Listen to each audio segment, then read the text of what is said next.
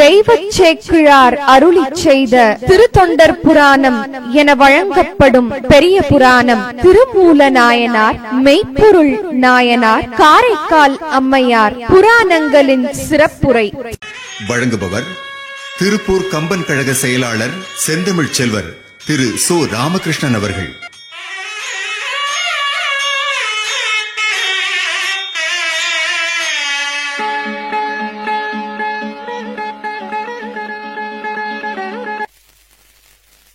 உம்பர் தரு தேன் மணிக் கசிவாகி ஒன்கடலில் தேன் அமுதத்து உணர்வூறி இன்ப ரசத்தே பருகி பலகாலும் எந்தன் உயிருக்கு ஆதரவுற்று அருள்வாயே. தம்பி தனக்காக வனத்து அனைவோனே, அன்பர் தமக்கான நிலை பொருளானே, தந்தை வலத்தால் அருள்கை கனியோனே, அன்பர் தமக்கான நிலை பொருளானே, ஐந்து கரத்து யானைமுகப் பெருமாளே. அண்ணாமலையான் அடிக்கமலம் சென்றிறைஞ்சும் விண்ணோர் முடியின் மணித்தொகை வீரற்றார்போல் கண்ணார் இரவி கதிர்வந்து கார்கரப்ப தன்னார் ஒளிமொழிங்கித் தாரகைகள் தான் அகல பெண்ணாகி ஆனாகி பிறங்கு ஒளிசேர் அலியாகி விண்ணாகி மண்ணாகி இத்தனையும் வேறாகி கண்ணார் அமுதமுமாய் நின்றான் கழல் பாடி பெண்ணே இப்பூம்புனல் பாய்ந்தாடேலோர் எம்பாவாய். மாலோன் மருகனை மன்றாடி மைந்தனை வானவர்க்கு மேலான வேதியனை சேலார் வயற்பொழில் செங்கோடனை சென்று கண்டு தொழ 4000 கண் படைத்திலனே இந்த நன்முகனே. மாலையன் தேட மறை தேட வானவர் தேட நின்ற காலையும் கதித்த கப்பு வேலை வெங்காலன் என்மேல் விடும்போது வெளிநில் கண்டாய் பாலையும் பாகையும் போலும் பனிமொழியே. மாதங்களில் மார்கழி மாதம் என்பது நம்முடைய மனதிற்கும் உயிருக்கும் உடலுக்கும் குளிர்ச்சி தருகின்ற மாதம். நம்முடைய பாரத நாட்டிலே தோன்றியிருக்கின்ற அருளாளர்கள் எல்லாம் நம்முடைய வாழ்க்கையில் இன்பமாகவும் வாழ வேண்டும், ஆனந்தமாகவும் வாழ வேண்டும் என்று பல்வேறு இலக்கியங்களை, ஆன்மீக நூல்களை, பாவை நோன்பில் கூறப்பட்ட திருவாவை போன்ற திருவம்பாவை போன்ற நூல்களை எல்லாம் இயற்றியிருக்கிறார்கள். இன்பமாக வாழ்வது என்பது வேறு, ஆனந்தமாக வாழ்வது என்பது வேறு. மேலை நாட்டிலே இருக்கின்றவர்கள் எல்லாம் இன்பமாக வாழ்கிறார்கள், அவர்கள் ஆனந்தத்தை எங்களிடத்திலே இருந்து பெற்றுக்கொண்டார்கள் என்கிறார் விவேகானந்தர். சுவாமி விவேகானந்தரிடத்தில் ஆங்கிலேயர்கள் கேள்வி பதில் பகுதியிலே குழுமியிருக்கிறார்கள். அப்பொழுது ஒரு ஆங்கிலேய பக்தர் கேட்கிறார், அமெரிக்க நாட்டில், உங்கள் நாட்டில் புனிதமாக வணங்கப்படக்கூடிய கங்கை நதியில் ஆயிரக்கணக்கானவர்கள் அங்கே வந்து நீராடுகிறார்களே, எனக்கு ஒரு கேள்வி இருக்கிறது, அதை நான் பார்த்தேன், அது அவ்வளவு அழுக்காக இருக்கிறது, சுத்தமில்லாமல் இருக்கிறது, அதில் எப்படி நீங்கள் நீராடுகிறீர்கள் என்று கேட்டபோது சுவாமி விவேகானந்தர் சொன்ன பதில், கங்கை அசுத்தமானது என்பதை நாங்கள் ஏற்றுக்கொள்கிறோம், உங்கள் நாட்டில் எல்லாமே சுத்தமாக இருக்கிறது, எங்கள் பாரத நாட்டில் அகத்துள்ளே புறத்தே அசுத்தமாக இருந்தாலும் அகத்துள்ளே புனிதமாக இருக்கிற நாடு எங்கள் பாரத நாடு என்று சொன்னாராம். சுத்தம் என்பது வேறு, புனிதம் என்பது வேறு. இன்பமாக வாழுகின்ற மனிதன் ஆனந்தமாக அகத்துள்ளே ஆனந்தம் பெற வேண்டும் என்றுதான் நம்முடைய அருளாளர்கள் எவ்வளவு பெரிய பொக்கிஷங்களை நமக்கு கொடுத்து சென்றிருக்கிறார்கள். பாரதி பேசுவான், தொன்று நிகழ்ந்ததனைத்து முனந்திடும் சூழ்கலை வானர்களும் இவள் என்று பிறந்தவள் என்று உணராத இயல்பினலாம் எங்கள் தாய். இவள் என்று பிறந்தவள் என்று அறியாமல் தொன்று நிகழ்ந்தது அனைத்தையும் கூறிடுகிற அற்புதமான அறிஞர்கள், ஞானிகள் உருவாக்கி இருப்பதுதான் இந்த ஆன்மீக நூல்கள். கடவுள் வணக்கம் பாடிய எங்கள் மூத்த சகோதரருடைய பேத்தி எஸ் வர்ஷினி பாடுகிற போது அந்த கணபதியை, முருகப்பெருமானை, ஆதியும் மந்தமும் இல்லாத அருட்பெரும் ஜோதியை எல்லாம் நம்முடைய பாரத நாட்டில் தான் மாதவம் செய்திட்ட தென் திசையில் மணிவாசக பெருந்தகை மார்கழி மாதத்திலே திருவம்பாவை என்கிற ஒரு அருமையான நூலை உருவாக்கினார். அதற்கு நோன்பு 2 நாட்களுக்கு முன்னால் எடுக்கப்பட்டிருக்கிறது. பெண்கள் எல்லாம் பாவை நோன்பு இருந்து கொண்டிருக்கிறார்கள். நான் முதல் நாளே அதை குறிப்பிட்டு சொன்னேன். பாவை நோன்பு இருப்பது என்பது பெண்கள் எல்லாம் மனதிலே ஒரு எழுச்சியை பெறுகின்றது. எல்லோரும் காலை வேளையிலே விழிப்புற்று எழுந்து எம்பெருமானை பாடுகிற அந்த ஆனந்தம் இருக்கிறதே, பாடுவது மட்டுமல்ல, அவர்களெல்லாம் இணைந்து கொண்டு அம்மானை பந்து ஆடுவார்களாம். அப்படி ஆடுகிற போது நம்முடைய 3, 5, 7, 12 வயது இருக்கிற பெண்கள் எல்லாம் அவ்வளவு அழகாக பாடுவார்களாம். 6 வயதிலே வள்ளி குரத்தி, அவள் வேடுவர் குலத்திலே தோன்றிய வள்ளி குரத்தியினுடைய குரலை அருணகிரிநாதர் அருமையாக சொன்னார். பாதிமதி நதி போலும் மணீஷடை நாதன் அருளிய குமரேசா, பாகு கனி மொழி மாது குர மகள் பாதம் வருடிய மனவாழா. பாகினை போன்று, சர்க்கரை பாகினை போன்று கனிமொழியாக இருக்குமா. அந்த குழந்தைகள் எல்லாம் பாரம்பரியமான நம்முடைய தமிழ் மண்ணினுடைய வெளிப்பாடுதான். இந்த குழந்தை இன்றைக்கு பாடுகிற அழகும், இதை உருவாக்கி இருக்கிற பெற்றோர்களும் இந்த நிகழ்ச்சியினை மிகச்சிறப்பாக அமைத்திருக்கின்ற நம்முடைய மாரப்பனையா உள்ளத்திலேயும் முகத்திலேயும் உயிரிலேயும் அவ்வளவு ஆனந்தத்தை இங்கிருந்து நான் பார்த்து கொண்டிருக்கிறேன். இந்த குழந்தைகள் எதிர்கால சந்ததியினர் நம்முடைய அற்புதமான அந்த அம்மானை பாட்டு ஆடுவார்கள். 3 பெண்கள் அந்த பந்தினை தூக்கி போடுவார்கள். ஒரு பந்தினை எடுத்து இன்னொரு பெண்ணுக்கு, அந்த குழந்தைக்கு ஆடுகிற போது பந்தினை 3 மாறி மாறி அந்த பந்தினை வீசி விளையாடுவார்கள்.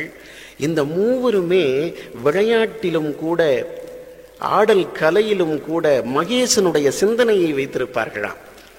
விண்ணாடும் தேவர்க்கு மேலான வேதியனே என்று ஒருத்தி போடுவாள். இன்னொருத்தி வாங்குகிறவள் சொன்னாலாம், மன்னாளும் மன்னவர்க்கு அன்பாகி நின்றானே. இன்னொரு பெண் வாங்குகிறவள் சொல்லுவாளாம், பெண்ணாளும் பாகனை பேணு பெருந்துறையில். மீண்டும் முதலாகவள் வாங்கிக் கொள்வாளாம். 6 வரிகளிலே அற்புதமாக அம்மானை பாட்டு.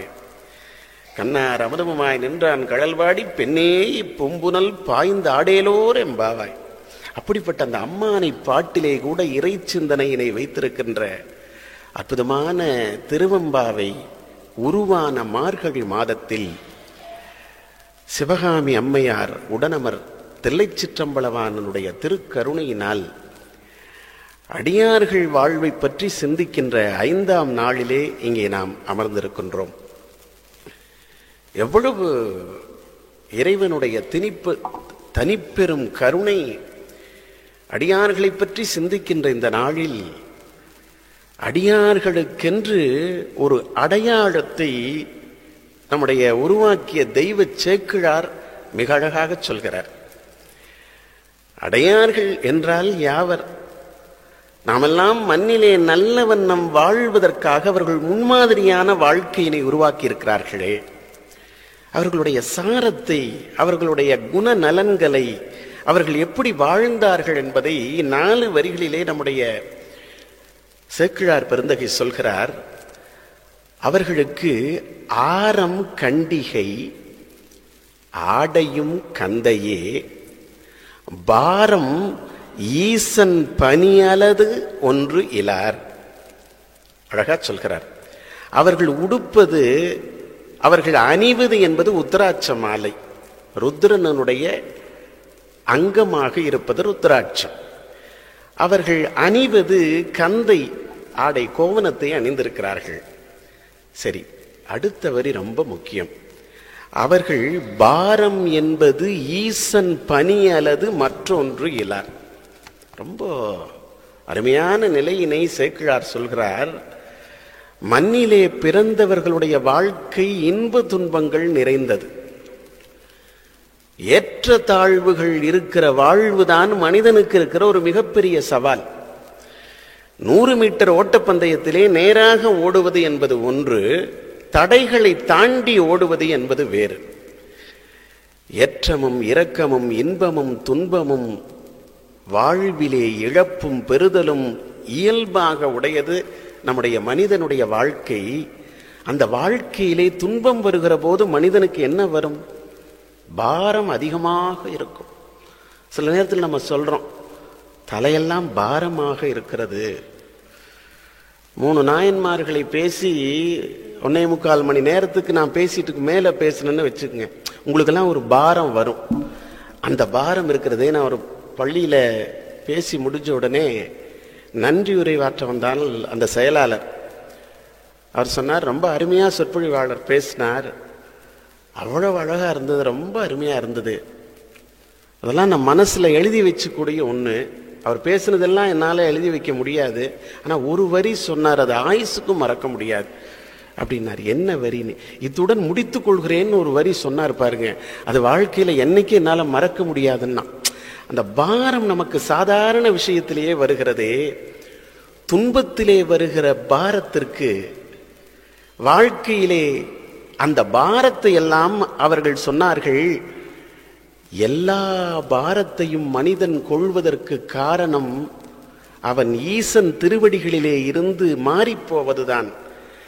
எந்த சூழ்நிலையிலும் கேடும் ஆக்கமும் வந்தபோது கூட கூடும் அன்பினில் கும்பிடலே என்று திருவடிகளை பிடித்து கொள்ளுகிடைய முதல் மனோபாவம் நம்முடைய பாரத்தை போக்கும். ராமகிருஷ்ண பரமஹம்சர் மிக அழகாக சொன்னார், இந்த உலகத்திலே மனிதன் இறைவனை நம்புகிறான், துன்பம் என்று வந்த போது அவனுடைய திருவடிகளை சரணடைய அவன் மறந்து விடுகிறான். ஒரு அரசர் காட்டு வழியிலே சென்று கொண்டிருக்கிறார். சென்று கொண்டிருந்த போது தேரிலே செல்கிறார். செல்கிற போது தூரமாக அங்கிருந்து பார்க்கிறார் ஒரு ஏழை விவசாயி அம்மா. அந்த அம்மா என்ன சொல்லுது, கையிலே ஊருக்கு போவதற்காக விற்பதற்காக மாங்கனி உள்ள கூடை, மிகுந்த நிறைய மாங்கனி இருப்பதால் தூக்க முடியாமல் தூக்கி கொண்டு அவள் அந்த பாதையிலே நடந்து கொண்டிருக்கிறார். அரசர் நிறுத்தச் சொல்கிறார். அந்த அம்மாவை பார்த்து, என்னம்மா என்ன செய்கிறாய்? நான் தினமும் நகருக்கு சென்று மாம்பழம் விற்று வருகிறேன், இப்பொழுது எங்கே போகிறாய்? நான் நகரத்திற்கு செல்கிறேன். அரசர் சொன்னார், நம்முடைய தேரும் அங்கதானே போகுது என்று சொல்லி அந்த மாங்கனி கூடையினை எடுத்து அந்த விற்கிற அந்த வணிகரான அம்மாவையும், வயசான அம்மா அவர்களையும் அந்த தேரிலை அழைத்து கொண்டு செல்கிறார். அரசர் முன்னே இருக்கிறார், பின்ன அந்த அம்மா இருக்கிறார். நகரத்திற்கு எந்த இடத்துக்கு போக வேண்டும் என்ற இடத்துக்கு வந்த போது திரும்பி அரசர் பார்க்கிறார், பகீர்னு ஆயிடுச்சு. என்னன்னா அந்த அம்மா ஏறினதுலேருந்து அந்த மாம்பழ கூடைய தலையிலேயே வச்சிருந்தது, தலையிலேயே வச்சுட்டு வருது.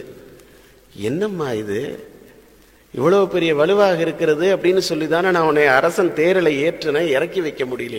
அந்த அம்மா ஒன்று சொல்லுச்சு, மன்னா எனக்கு தேரில் இடம் கொடுத்ததே பெருசு, என்னோட இந்த மாம்பழ கூடியும் நீங்கள் தூக்கணுமா அப்படின்னு எடுத்துட்டு வந்தேன் என்றார். வாழ்க்கையில் பாரம் என்று ஒன்று வந்தபோது, இறைவனாகி இருக்கிற அரசன் வந்தபோது கூட நம்முடைய பாரத்தை எடுத்து வைக்க வேண்டும் என்கிற ஒரு அறியாமையிலே நாம் வாழ்ந்து கொண்டிருக்கிறோம். அதற்காக அருமையாக சொன்னார்கள், இறைவனுடைய திருவடிகளை பிடித்து கொண்டால் உன்னுடைய பாரமெல்லாம் போகும். எப்படி பிடித்துக் கொள்வது? அவனுடைய நாமத்தை சொல்லி பிடித்துக் கொள்ளுங்கள். சொற்றுனை வேதியன் ஜோதிவானவன்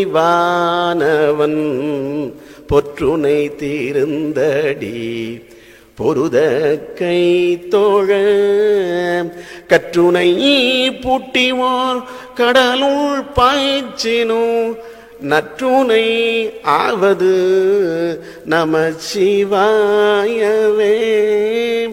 கற்றுனை பூட்டியோர் கடலில் பாய்ச்சுகிற துன்பம் வந்தாலும் கூட நற்றுணையாகிற நமச்சிவாயத்தை பிடித்துக் கொள்ளுங்கள். சரி, மற்றவர்களுக்கு ஒரு இழப்பினால், செல்வம் இழந்த போது கூட அவர்களுக்கு ஒரு பாரம் வரும். இது மனிதனுக்கு இயல்பான ஒன்று. அவன் அணிகளனாக வாழ்க்கையில் ஒன்றை பிடித்துக் கொள்ள வேண்டும். என்ன எது? பூவினு கருங்கலம், பூவினு கருங்கலம் பொங்கு தாமரை ஆவினு கருங்கலம் அரணஞ்சாடுதல் கோவினு கருங்கலம் கோட்டம் என்பது நாவினு கருங்கலம் நமச்சிவாயவே. அருங்கலம் என்றால் அணிகலன் என்று பொருள். வாழ்க்கையிலே எவ்வளவோ அணிகலனை, செல்வத்தை, பொன்னை விரும்புகிற நாம் அதையெல்லாம் இழந்த காலத்திலும், முன்வினை பதிவுகள் நமக்கு வந்த காலத்திலும், எந்த காலத்திலும் அவனுடைய திருவடிகளை பற்றி கொண்டால் வாழ்க்கையில் பாரம் போகும் என்பதை சேக்கிழார் பெருமான் அடியார்களுடைய இலக்கணமாக சொல்லி காட்டியிருக்கிறார். அந்த வகையிலே எம்பெருமான் நாள் செயற்கரிய செய்த 63 நாயன்மார்களுடைய வரிசையில் இன்றைக்கு நாம் 3 வித்தியாசமான நாயன்மார்களை பார்க்க இருக்கிறோம். ஒன்று நம்முடைய மெய்ப்பொருள் நாயனார், இரண்டாவது திருமந்திரம் தந்த திருமூல நாயனார், நிறைவாக காரைக்கால் அம்மையாருடைய நாயனாரோடு இன்று நான் நிறைவு செய்ய இருக்கின்றோம். வாழ்க்கை முழுவதும் ஒருவருக்கு சுபதினமாக மாற வேண்டும் என்று சொன்னால் அது எப்படி முடியும்? கண்ணதாசன் அழகாக சொன்னான், ஆண்டிற்கு ஆண்டு மாதத்திற்கு மாதம் 1000 உண்டு சுபதினம். எங்கே? கேலண்டரில். ஆனால் வள்ளுவன் தோன்றி குறளை தந்தான், அறிவுக்கு அதுதான் சுபதினம். காந்தி தோன்றி விடுதலை தந்தார், உரிமைக்கு அதுதான் சுபதினம். புத்தர் தோன்றி போதனை செய்தார், அன்பிற்கு அதுதான் சுபதினம். துணிந்து ஒருவன் நல்லது செய்தால் ஊருக்கு அதுதான் சுபதினம். உழுதுண்டு வாழும் மக்களுக்கெல்லாம் அறுவடை தினமே சுபதினம். நிறைகுடம் போல திரைப்படம் வந்தால் ரசிகனுக்கு அதுதான் சுபதினம். வறியவன் வள்ளல் கையில் கோடி இருந்தால் வறியவனுக்கு அதுதான் சுபதினம். ஆண்டிற்கு ஆண்டு மாதத்திற்கு மாதம் 1000 உண்டு சுபதினம். ஆனால் அடுத்தவர் நலனை நினைப்பவர் தமக்கு ஆயுள் முழுவதும் சுபதினம் என்று சொன்னான். அந்த கண்ணதாசனுடைய அற்புதமான வரிகள், அடியார்கள் நாமெல்லாம் உய்ய வேண்டும் என்று ஆண்டவனுடைய தனிப்பெரும் கருணையினால் பல அற்புதங்களை நிகழ்த்தியிருக்கிறார்கள். உலகம் உய்ய வேண்டும் என்று 12 திருமுறைகளை நமக்கு நல்கி இருக்கிறார்கள். அந்த வகையில் இன்றைக்கு நாம் பார்க்க இருக்கின்ற அற்புதமான அடியாருடைய முதல் அடியார் மெய்ப்பொருள் நாயனார். ஒரு 25 ஆண்டுகளுக்கு முன்னால் எல்லாம் நம்முடைய பாட புத்தகங்களில் சேக்கிழார் பெருமானுடைய இந்த புராணங்கள், கம்பராமாயணத்திலிருந்து பகுதிகள் மனப்பாடம், இவைகள் எல்லாமுமே வைத்திருந்தார்கள். இந்த ஒரு 20 ஆண்டு காலமாக அல்லது 15 ஆண்டு காலமாக இந்த கணினி யுகத்தினுடைய கல்வி வந்ததற்கு பிரகாரம் ஆன்மீகம் அடித்தளத்திலே இருக்கின்ற ஓடி விளையாடு பாப்பா, நீ ஓய்ந்திருக்கல் ஆகாது பாப்பா, கூடி விளையாடு பாப்பா, ஒரு குழந்தையை வெய்யாதை பாப்பா, காலை எழுந்தவுடன் படிப்பு, கனிவு கொடுக்கும் நல்ல பாட்டு, மாலை முழுதும் விளையாட்டு. அந்த குழந்தைகளுடைய மனதிலே, அதாவது உழுத வயலில் விதைக்கின்ற விதை அற்புதமாக வளரும். இளமையான மனது என்பது உழுத வயலுக்கு சமம். அந்த பாலனாய் அவர்களுடைய உள்ளத்திலே விதைக்கப்பட்டதுதான். எங்கே விதைத்தான் பாரதி? காலை எழுந்தவுடன் படிக்க சொன்னான்.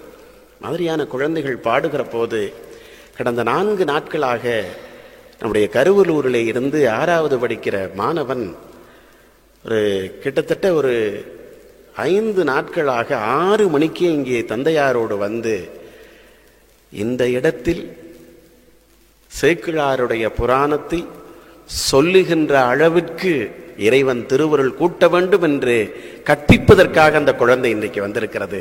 5 நாட்களும் இன்றைக்கு அப்படிப்பட்ட பெற்றோர்களும் நிறைந்திருக்கிற இந்த பூமியில் என்றைக்கும் நல்லதை விதைத்தார்கள். அதிலே மெய்ப்பொருள் நாயனார் அந்த பாடத்திட்டங்களிலே இருந்து இவற்றை விளக்குகிற போது வாழ்க்கையில் இன்பமாக மனிதன் வாழ ஆரம்பித்து விட்டான். அவன் ஆனந்தத்தோடு வாழுவது என்பது அரசாங்கத்தினுடைய கையிலே இருக்கிறது. நான் ஒவ்வொரு நிகழ்வுகளில் பேசி வருகின்ற போதும் நம்முடைய முன்னோர்கள் கட்டி காத்த தேவாரம், திருவாசகம், 12 திருமுறைகள், திருப்புகழ், திவ்ய பிரபந்தங்கள் போன்றவற்றையெல்லாம் இளம் குழந்தைகளுடைய மனதிலே விதைத்தால் அவர்களுடைய வாழ்வு என்றைக்கும் சிரஞ்சீவியாக அமையும் என்ற வகையில் இந்த மெய்ப்பொருள் நாயனாருக்கு அற்புதமாக நம்முடைய சேக்கிழார் பெருந்தகை ஒன்றை சொல்கிறார். என்ன சொல்கிறார்?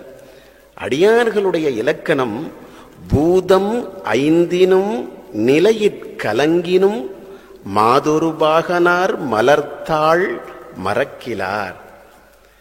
இது என்ன பொருள் என்றால், 5 பூதங்கள் நமக்கு தெரியும் இல்லையா?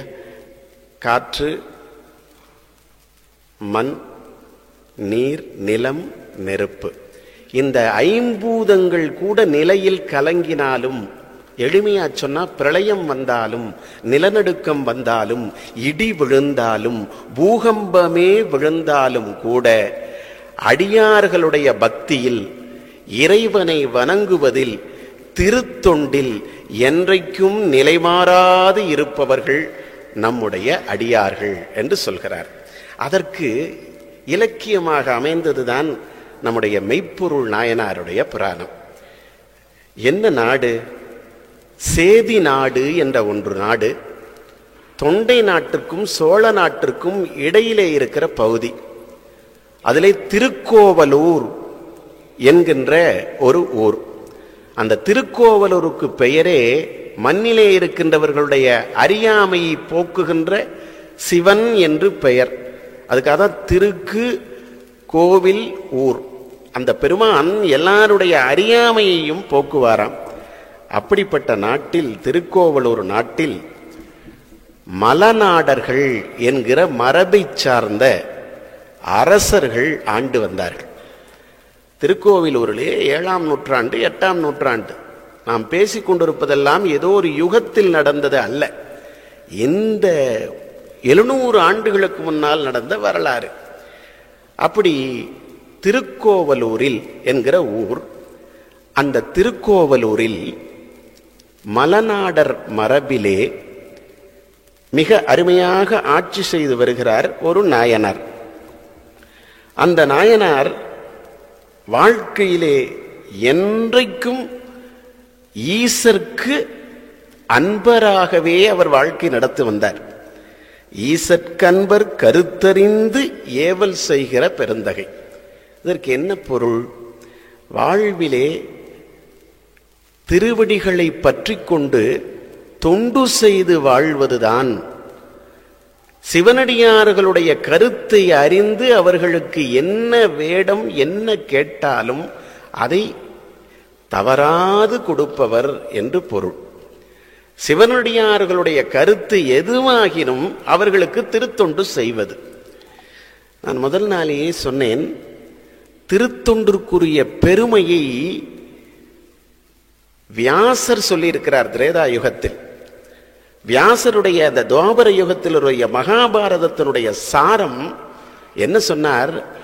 4 வரிகளிலே சொன்னார். அறிவுக்கு சமமான கண்களும் இல்லை, அன்பிற்கு சமமான தவமும் இல்லை. அறிவுக்கு சமமான கண்களும் இல்லை, அன்பிற்கு சமமான தவமும் இல்லை, ஆசைக்கு சமமான துக்கமும் இல்லை, ஆசைக்கு சமமான துக்கமும் இல்லை, தொண்டு சமமான சுகமும் இல்லை என்று சொன்னார்.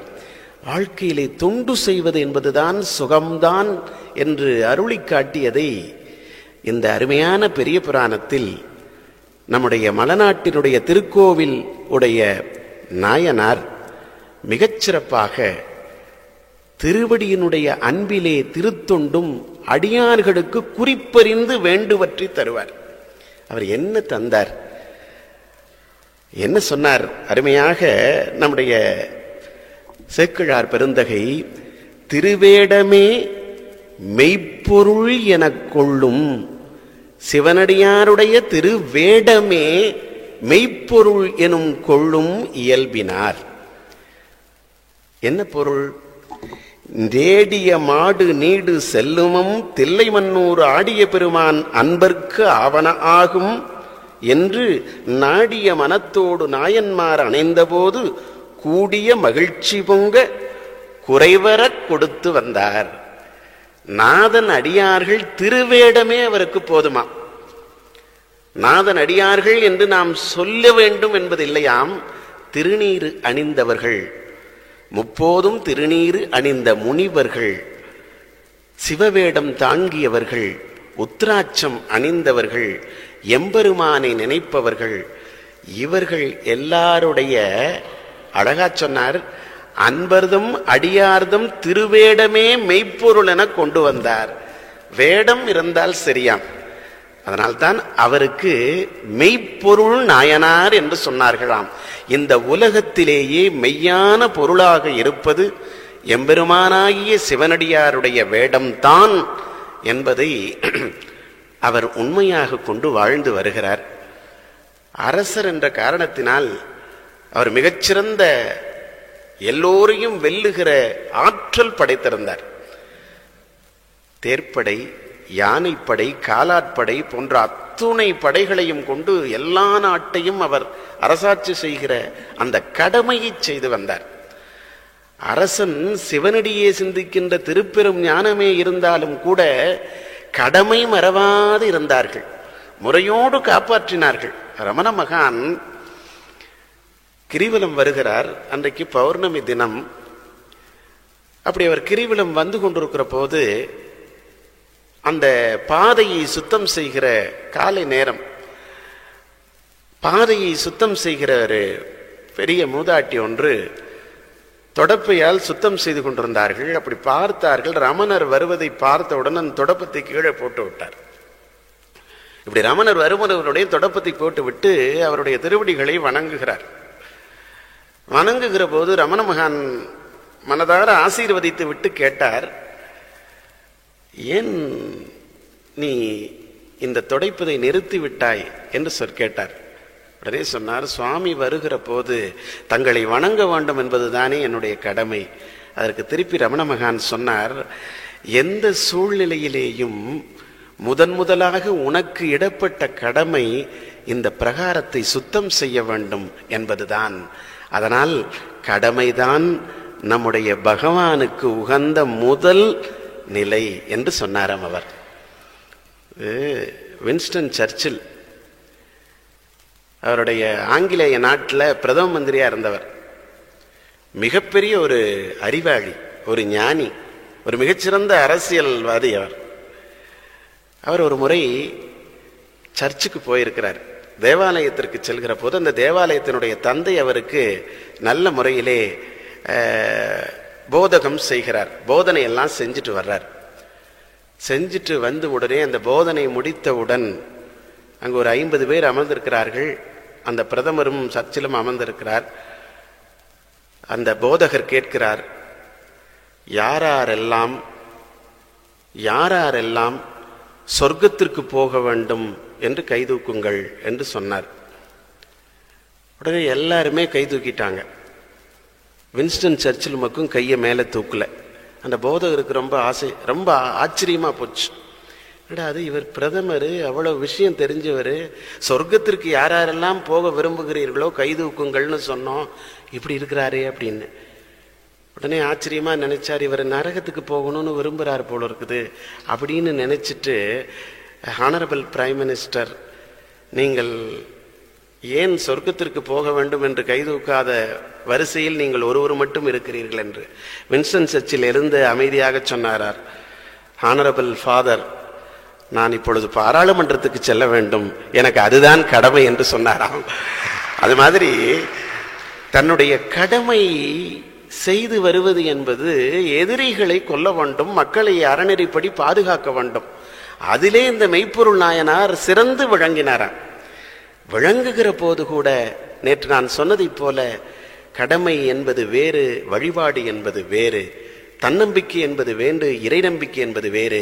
அந்த இறை நம்பிக்கை என்பது உள்ளத்திலே முழுமையும் இறைவன் தந்த செல்வம் என்று சொல்லி அந்த தவ வேடத்தையே கொண்டிருந்தான். இதுல ஒரு நிலை ஆயிப்போச்சு. என்னன்னா, இவனோட பலமுறை போராடினா ஒருத்தன், அவன் பேரு முத்தநாதன், ஒரு பக்கத்து நாட்டு அரசன். இவரை நேரடியா வெல்ல முடியல. எப்படியாவது இவனை முதுகிட்டு, இவனை வாது செய்து சூது செய்து இவனை வெல்லணும்னு நினைக்கிறான். இப்ப அது நம்ம நாட்டுல காலங்காலமாக ரெண்டுமே இருக்கும். பயிர் என்று ஒன்று வந்தால் களையும் இருக்கும், நெஞ்சிலே குத்திருந்தால் முதுகிலேயும் குத்திருக்கும். இது மனிதனுடைய இயல்பின் அடையாளம்.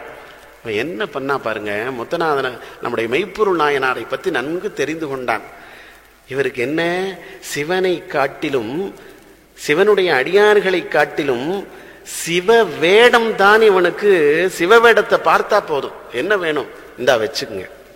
அரசாட்சியிலே இருக்கிற குபேர நிதி கூட கொடுத்து விடுவானாம், எல்லாமே கொடுத்து விடுவான் இல்லையா. கல்யாணம் ஆகி ஒரு 5 வருஷத்துல பாருங்க, வீட்டுக்காரி கேட்டதெல்லாம் கிடைக்கும். அது எங்கிருந்துதான் வரும்னு தெரியாது. அந்த ஒரு ஆர்வம். அந்த மாதிரி சிவவேடத்தை பார்த்த உடனேயே அப்படியே என்ன நிலை வந்தாலும் கொடுத்து விடுகிறதான்னு இவன் அதை தெரிஞ்சுட்டான். தெரிஞ்சிட்டு இவன் என்ன பண்ணா, எப்படி வந்தானா, மெய்யெல்லாம் நீரு பூசி வேணிகள் மடித்து கட்டி கையினிற் படைகளந்த புத்தக கவழியேந்தி மைபொதி விளக்கே என்ன மனத்துனுள் கருப்பு வைத்து புகுந்தனன் புத்தநாதன். என்ன பண்ணானா, ஒரு அழகான சிவனடியார் வேடம். இயல்பாக சிவனடியாரை விட அந்த வேடத்தை போடுவது என்பது எவ்வளவு அழகானது இல்லையா. அந்த வேடத்திலேயே உள்ளதை கொண்டு வரக்கூடிய திறமை நம்முடைய சிவாஜி கணேசன் அவர்களுக்கு இருந்தது இல்லையா. சிவாஜி கணேசன் அவர்களை பரதன் பற்றி ஒரு சம்பூர்ண ராமாயணம் படம் வந்து நமக்கு எல்லாம் தெரியும். அதிலே பரதனாக நடித்திருப்பார். நிறைய பேர் பரதனாகவே அவரை நினைத்தார்கள். தில்லானா மோகனாம்பாவில் ஒவ்வொன்றும் ஒவ்வொரு மாதிரி நினைத்தார்கள் இல்லையா. அந்த ராஜராஜ சோழனாக வந்த போது ராஜராஜ சோழனாகவே பார்த்தார்கள். அப்படி ஒரு வேடத்திலே இருப்பது என்பது மிகப்பெரிய கலை. மகா பெரியவர் 1976ஆம் ஆண்டு அந்த சம்பூர்ண ராமாயணத்தினுடைய ஒரு பகுதி பரதனாக நடித்ததை மகாபெரியவரிடத்திலே ஸ்ரீமடத்திலே போட்டு காண்பிக்கிறார்கள். மகாபெரியவர் கலவையிலே இருக்கிறார். அப்பொழுது ஒரு உத்தரவு வருகிறது மடத்திலிருந்து. சிவாஜி கணேசன் அவர்களும் மகாபெரியவர் அனுகிரகம் செய்ய நினைக்கிறார் என்று உத்தரவு வருகிறது. மகாபெரியவரை பார்ப்பதற்கு சிவாஜி கணேசன், அவங்க அம்மா, சிவாஜி கணேசனுடைய பிள்ளைகள் 2 பேரும், ஒரு பொண்ணு, அவருடைய சகோதரர், எல்லோருமாக மகா பெரியவர். பகவானை பார்ப்பதற்கு உத்தரவு என்று சொன்னால் எவ்வளவு கொடுத்து வைத்திருக்க வேண்டும். எல்லோரும் பக்தியோடு போகிறார்கள். மகா பெரியவர் கலவையிலே முகாமிட்டிருக்கிறார். போய் உள்ள பார்த்த உடனே பெரியவர் அமர்ந்திருக்கிறார்கள். எல்லோரும் சாஷ்டாங்கமாக நமஸ்காரம் செய்கிறார்கள். அமரச் சொல்லிவிட்டு மகா பெரியவர் சொன்ன வாசகம், அவர்களுடைய அம்மாவை பார்த்து சொல்கிறார், இந்த பிள்ளையை பெறுவதற்கு நீ பெரிய பூர்வ ஜென்மம் செய்திருக்கிறாய் அம்மா. இந்த குழந்தையனுடைய நலனை, அவனுடைய நல்வாழ்வை, அவனுடைய ஆயுளுக்காக சதா சர்வகாலமும் காமாட்சியினிடத்திலே நான் பிரார்த்தனை செய்கிறேன் என்று சொன்னாராம். என்ன ஒரு அற்புதம் பாருங்கள். அந்த வாழ்க்கையிலே உள்ளத்திலே பரதனாக வைத்துக் கொண்டால் தானே அப்படி அமைய முடியும். இது நேர் எதிர். இது இந்த முத்தநாதன் அவ்வளவு அழகாக திருநீறு வேடம் அணிந்திருந்தான். முப்புரி நூல் அணிந்திருக்கிறான். அங்க பார்த்தா அவ்வளவு ஒரு மெய்யெல்லாம் நீரு பூசி, உடல்ல மேல மட்டும் அல்ல, எல்லா இடங்களிலும் ஒரு சிவ யோகிகள், சிவனடி சிந்திப்பவர்கள் இருக்கிற சிவனடியார்கள் போல மெய்யெல்லாம் நீரு பூசி, வேணிகள் முடித்து கட்டி, மேலே எப்படி சிவனடியார்கள் சிகையை முடித்து கட்டுவார்களோ அப்படி வேணிகள் முடித்து கட்டி, கையினிற் படைகளன் மெய்யெல்லாம் நீரு பூசி, வேணிகள் முடித்து கட்டி, கையினிற் படைகள் புத்தக கவளி ஏந்தி, கையிலே யாரோ ஒருவரை கொல்லுவதற்காக சிறு வாள், அந்த வாளை எங்க வச்சிருந்தானா, ஒரு புத்தகத்தை கையில வச்சு அந்த புத்தகத்துக்குள்ள அந்த வாளை வைத்து கையிலே வைத்திருந்தானா. அடுத்த வரி சேக்கிழார் சொல்றார், என்ன அருமை. கையினிற் படைகளந்த புத்தக கவளி ஏந்தி மைப்பொதி விளக்கே என்ன மனத்தினுள் கருப்பு வைத்து. என்ன அற்புதமா சேக்கிழார் பெருந்தகை. இதை விட அமுத தமிழ் மொழியில் சொல்ல முடியுமா? 2ஆம் கம்பன் என்று போற்றப்பட்டவர் சேக்கிழார் பெருந்தகை. அவர் சொல்றார், மைபொதி விளக்கே என்ன. இந்த விளக்குக்கு மேலே, அந்த விளக்குக்கு மேலே எரிகிறதல்லவா சுடர், அதற்கு மேலே உற்று பார்த்தால் ஒரு கருப்பு இருக்கும். அந்த விளக்குக்கு மேலே இருக்கிற கருப்பு, அந்த ஜோதி என்பது சிவன், அங்கே இருக்கிற கருப்பு என்பது இந்த பிரபஞ்சம். பிரபஞ்சம் என்பது அழியக்கூடியது, ஜோதி என்பது நிலையானது என்று சைவ சித்தாந்தம் சொல்லும். அந்த மைவதி கருப்பு போல இவன் மனத்தினுள் கருப்பு வைத்து புகுந்தனன் முத்தநாதன். அழகா சொன்னார், மனசுல இவனுக்கு கருப்பு இருக்கிறது. உள்ளத்தில் உண்மை ஒளி இல்லை என்பதை, ஒளிக்கு கருப்புக்கு எதிர் என்ன தெரியுமா? வெள்ளை தான்.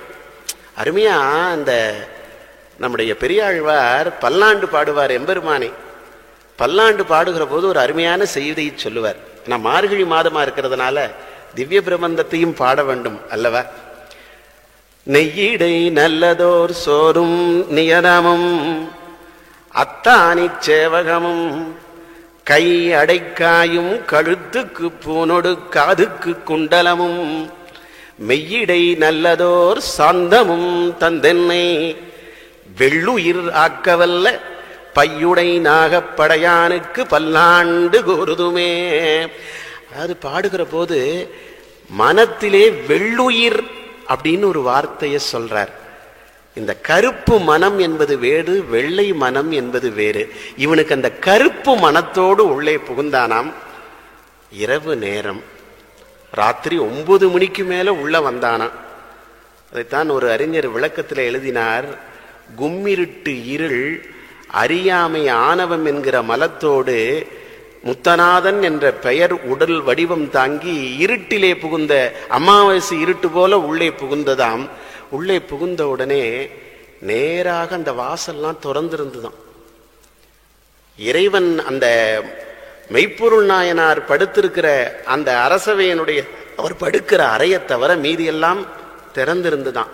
நேரா யாருமே கேட்கலையாம், போயிட்டாராம். ஏன்னா அந்த நாட்டில் குறை இல்லை, பகை இல்லை, எல்லாவற்றையும் வெளிப்படையாக வாழ்ந்தானாம். காந்தியடிகள் சொன்னார், ஒவ்வொரு மனிதனுக்கும் இல்லறத்தினுடைய தாம்பத்தியத்தை தவிர மீறி எதிலும் ரகசியம் இல்லாத மனிதனே மகாத்மா என்று சொன்னாராம். வெளிப்படையாக வாழ வேண்டும் அல்லவா? அப்படி அவன் வெளிப்படையாக வாழ்ந்தானாம். அவர் பள்ளியறைக்கு பக்கத்துல வந்தான். பக்கத்துல தத்தன் என்ற ஒரு காவலாளி. அவன் அப்படியே நிறுத்தினான். யாது நீர் என்று சொன்ன போது, நான் சிவனடியார், உங்கள் மன்னனை தரிசிக்க வேண்டும். அவன் பாருங்க, வேற காவலாளியா இருந்தா கடுமையாக நடந்து கொள்வான். ஆனால் அவன் என்ன சொன்னானா, தப்பா எடுத்துக்காதீங்க, சிவனடியார் என்றால் அவருக்கு உயிர்தான். ஆனால் இது இரவு நேரம், அரசர் அரசியோடு கந்துயில போய்விட்டு இருக்கிறார், அரசியோடு கண் துயின்று கொண்டிருக்கிறார். அப்பவாது இவன் நினைக்க வேண்டாமா? அரசியோடு இருக்கிறான்னு சொன்ன உடனே, இல்லை இல்லை, நான் சிவனடியார் வந்திருக்கிறேன் என்று சொல் என்று இவன் இடத்திலே பதில் சொல்லாமல் உள்ளே கதவினை திறந்து கொண்டு உள்ளே போகிறாராம். அப்போ அரசியாரோடு உறங்கிக் கொண்டிருந்தவர் சட்டென உள்ளே ஓசை கேட்டு எழுந்தாராம். எழுந்து பார்த்த உடனே எவ்வளவு கோபம் வரணும்! எல்லாத்தையும் கடந்து வந்து உள்ளே வந்து தன்னை தாக்குகிறார்கள் சொன்னால் நமக்கு எவ்வளவு கோபம் வரணும். அவருக்கு கோபமே வரலையா. தங்கள் வரவு நல்வரவாகுக, தங்கள் வரவு நல்வரவாகுக. எனக்கு இந்த நேரத்தில் யான் பெற்ற பேருதான் என்ன? சிவனடியாரை தரிசிக்கின்ற பேரு பெற்றேன். தாங்கள் என்னிடத்திலே இங்கே வந்திருக்கிற வருகையினுடைய திருவுள்ளம் என்னவோ எல்லாம் கேட்கக்கூடிய காலமா, சூழ்நிலையா?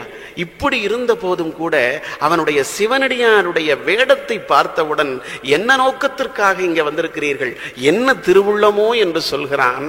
அதற்கு அவர் சொல்றான், முதல்ல சொல்றான், பக்கத்துல இருக்கிற அரசிய கொஞ்சம் ஒதுக்குப்புறமாக போகச் சொல்லுங்கள், ஒதுக்குப்புறமாக போகச் சொல்லுங்கள்ங்கிறான். ஏன்? அவன் ஏன்னு கூட கேட்கலையா. அரசிய போகச் சொல்லிவிட்டு, நான், அவன் சொல்ற வார்த்தை பாருங்க, அந்த முத்தநாதன், நான் உங்கள் சிவனடியார் உரைத்த உயர்ந்த ஆகம நூல் ஒன்றுக்கு உரை விரித்து அருளுவதற்காக நூல் ஒன்று கொண்டு வந்திருக்கிறேன். என்ன சொல்லணும்? நம்முடைய சிவனடியார் உரைத்த ஆகம நூலுக்கு உரை செய்யத்தான் வரணும் தானே சொல்லணும். என்ன சொன்னானா, உங்கள் சிவனடியார். அவனுக்கு இந்த இடத்துல உரையாளர்கள் சொல்கிறார்கள், அவன் உண்மையை பேசிட்டானா. அவனுக்கு சிவனடியாருக்கு சிவனுக்கு சம்பந்தமே இல்லை. அதனால் அவன் ராஜாவை பார்த்தவுடன், மெய்ப்பொருள் நாயனாரை பார்த்தவுடன் உங்கள் சிவனடியார் உரைத்தேன்னு சொன்னாரான். இவன் எப்படிடா கொலகாரனுக்கு உண்மை வந்தது என்று கேட்டார்கள். அவன் விரும்பாமலேயே திருநீரை அணிந்து விட்டான் என்ற காரணத்தினால் உண்மையில் உள்ளது நீரு என்று அவனுக்கு அறியாமல் உள்ளே இருந்து உண்மை வந்ததா. நம்ம பார்த்த ஞானசம்பந்த பெருமான், மந்திரமாவது நீரு, உண்மையில் உள்ளதும் நீரு, ஓதத்தகுவதும் நீரு. உண்மையில் உள்ளதுதான் நீரு, சத்தியமாம் கடவுள் என்று சொன்னது நம்முடைய சைவ சமயம். நீதிக்கும் அறநெறிக்கும் முறையான கடமைக்கும் வாழ்க்கை அமைந்தால் வாழ்க்கையில் வெற்றி என்று சொன்னது நம்முடைய சைவ சமயம். இவன் சொன்னா, உங்கள் சிவபெருமான். இவர் அறியாதவரா? அதையும் நினைக்கவில்லை இவர். ஏனென்றால் இவருக்கு அந்த சிவனடியாருடைய வேடம் முக்கியம். அதிலே சிவனடியாருடைய வேடமே மெய்ப்பொருளாக கருதுபவர் அல்லவா. அதுதானே நிலையில் அவருடைய வாழ்க்கையிலே கொண்ட குறிக்கோள். அதனால ஒண்ணுமே சொல்லல, அமர்கிறார். இவர் மேல அமர்ந்துக்கிறாராம் முத்தநாதன். ஒரு நாட்காலியை அமைத்து ஒரு 2 அடி கீழே உட்காரலையா, வாய் புதைத்து தலையினை குனிந்து உண்மை பொருளை உபதேசிப்பதற்கு யான் செய்த தவம்தான் என்ன? நீங்கள் மெய்ப்பொருளை விரித்து உரைக்க வேண்டும் என்று சொன்னானா. மெய்ப்பொருளை உரைத்து விரைக்க வேண்டும்னா 2 பொருள். நீ உள்ள வச்சிருக்கிறத திறந்து நீ காட்டப்பான்னு ஒரு பொருள், உண்மையான வேதத்தினுடைய தலைவனாக இருக்கின்ற சிவபெருமானுடைய உண்மை பொருளை விரித்து உரைன்னு ஒரு பொருள். அப்படி பொருள் சொல்ல போது அவன் துணிந்து அமர்ந்திருக்கிற போது அந்த புத்தகத்தை பிரித்து கையிலே இருந்து சிறு வாளினை எடுத்து சேக்கிழார் சொல்கிறார், அவன் முன் நினைத்த அப்பரிசே முடித்தான். அவருடைய வாயில மெய்ப்பொருள் நாயனார் என்ற சிவனடியாரை கத்தியால் குத்தினான் என்ற அந்த வாக்கினை கூட சேக்கிழார் சொல்லவில்லை. என்ன சொன்னாராம்? முன்னர் நினைத்த அப்பரிசு முடித்தான். அலறுகிறது. இந்த சத்தத்துல இவன் என்ன பண்ணானா, தத்தன் அடுத்த நொடி உள்ள வந்தானா. உள்ள வருகிற போதே தத்தனுக்கு சந்தேகம் வந்து விட்டது. தத்தன் என்கிற காவலாளிக்கு நன்றாக தெளிவாக தெரியும், இந்த நேரத்தில் வேடமிட்டு கொண்டு வந்தவன் இப்படித்தான் இருக்க வேண்டும் என்று ராஜாவுக்கே தெரிகிற நேரத்தில் உங்கள் சிவனடியார் என்று சொன்ன போது மெய்ப்பொருள் நாயனார் எவ்வளவு பெரிய அரசர் தெரியாமல் இருக்குமா? அதை விட ஒன்று தெரிந்ததாம். பல தடவை முத்தநாதனோட போரிட்டு இவன் யாருன்னு தெரியுமா? தெரிந்தும் கூட இந்த முறை முத்தநாதன் திருநீறு அணிந்து வந்திருக்கிறான் என்று சொல்லி அமைதியாக இருந்தாராம். தத்தன் ஓடி வந்து இதை பார்த்து விட்டு நான் ஐயோ கெட்டேன் நானா தத்தன், ஐயோ எனக்கு தெரிஞ்சது இப்படி நடந்துருச்சே என்று சொல்லி உடைவாளை எழுதி உள்ள போகிற போது, நில் நில் தத்தான் அமர், தத்தான் அமர்,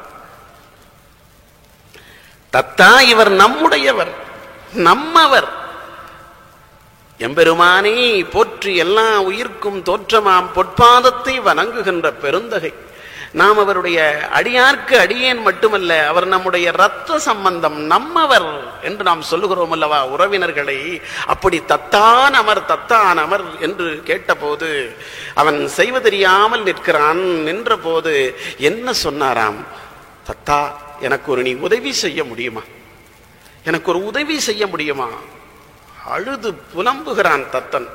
ஐயோ அரசே, என்னுடைய நிலை இப்படி ஆகிவிட்டதே, என்ன இவரை, இந்த முத்தநாதனை இச்செயல் செய்த என்று கூட சொல்லவில்லை, மெய்நூல் விரித்து உரைப்பதற்காக வந்த சிவனடியாராகிய முத்தநாதனை ஊருக்கு எல்லைப்புறத்திலே கொண்டு விட வேண்டும்.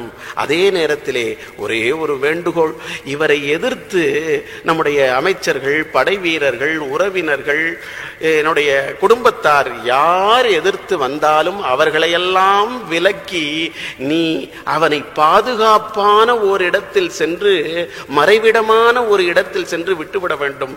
இதை செய்வாயா என்று கேட்டாராம். என்ன செய்வான்? அவரை அழைத்து சென்று வெளியே வருகிற போது செய்தி பரவுகிறது.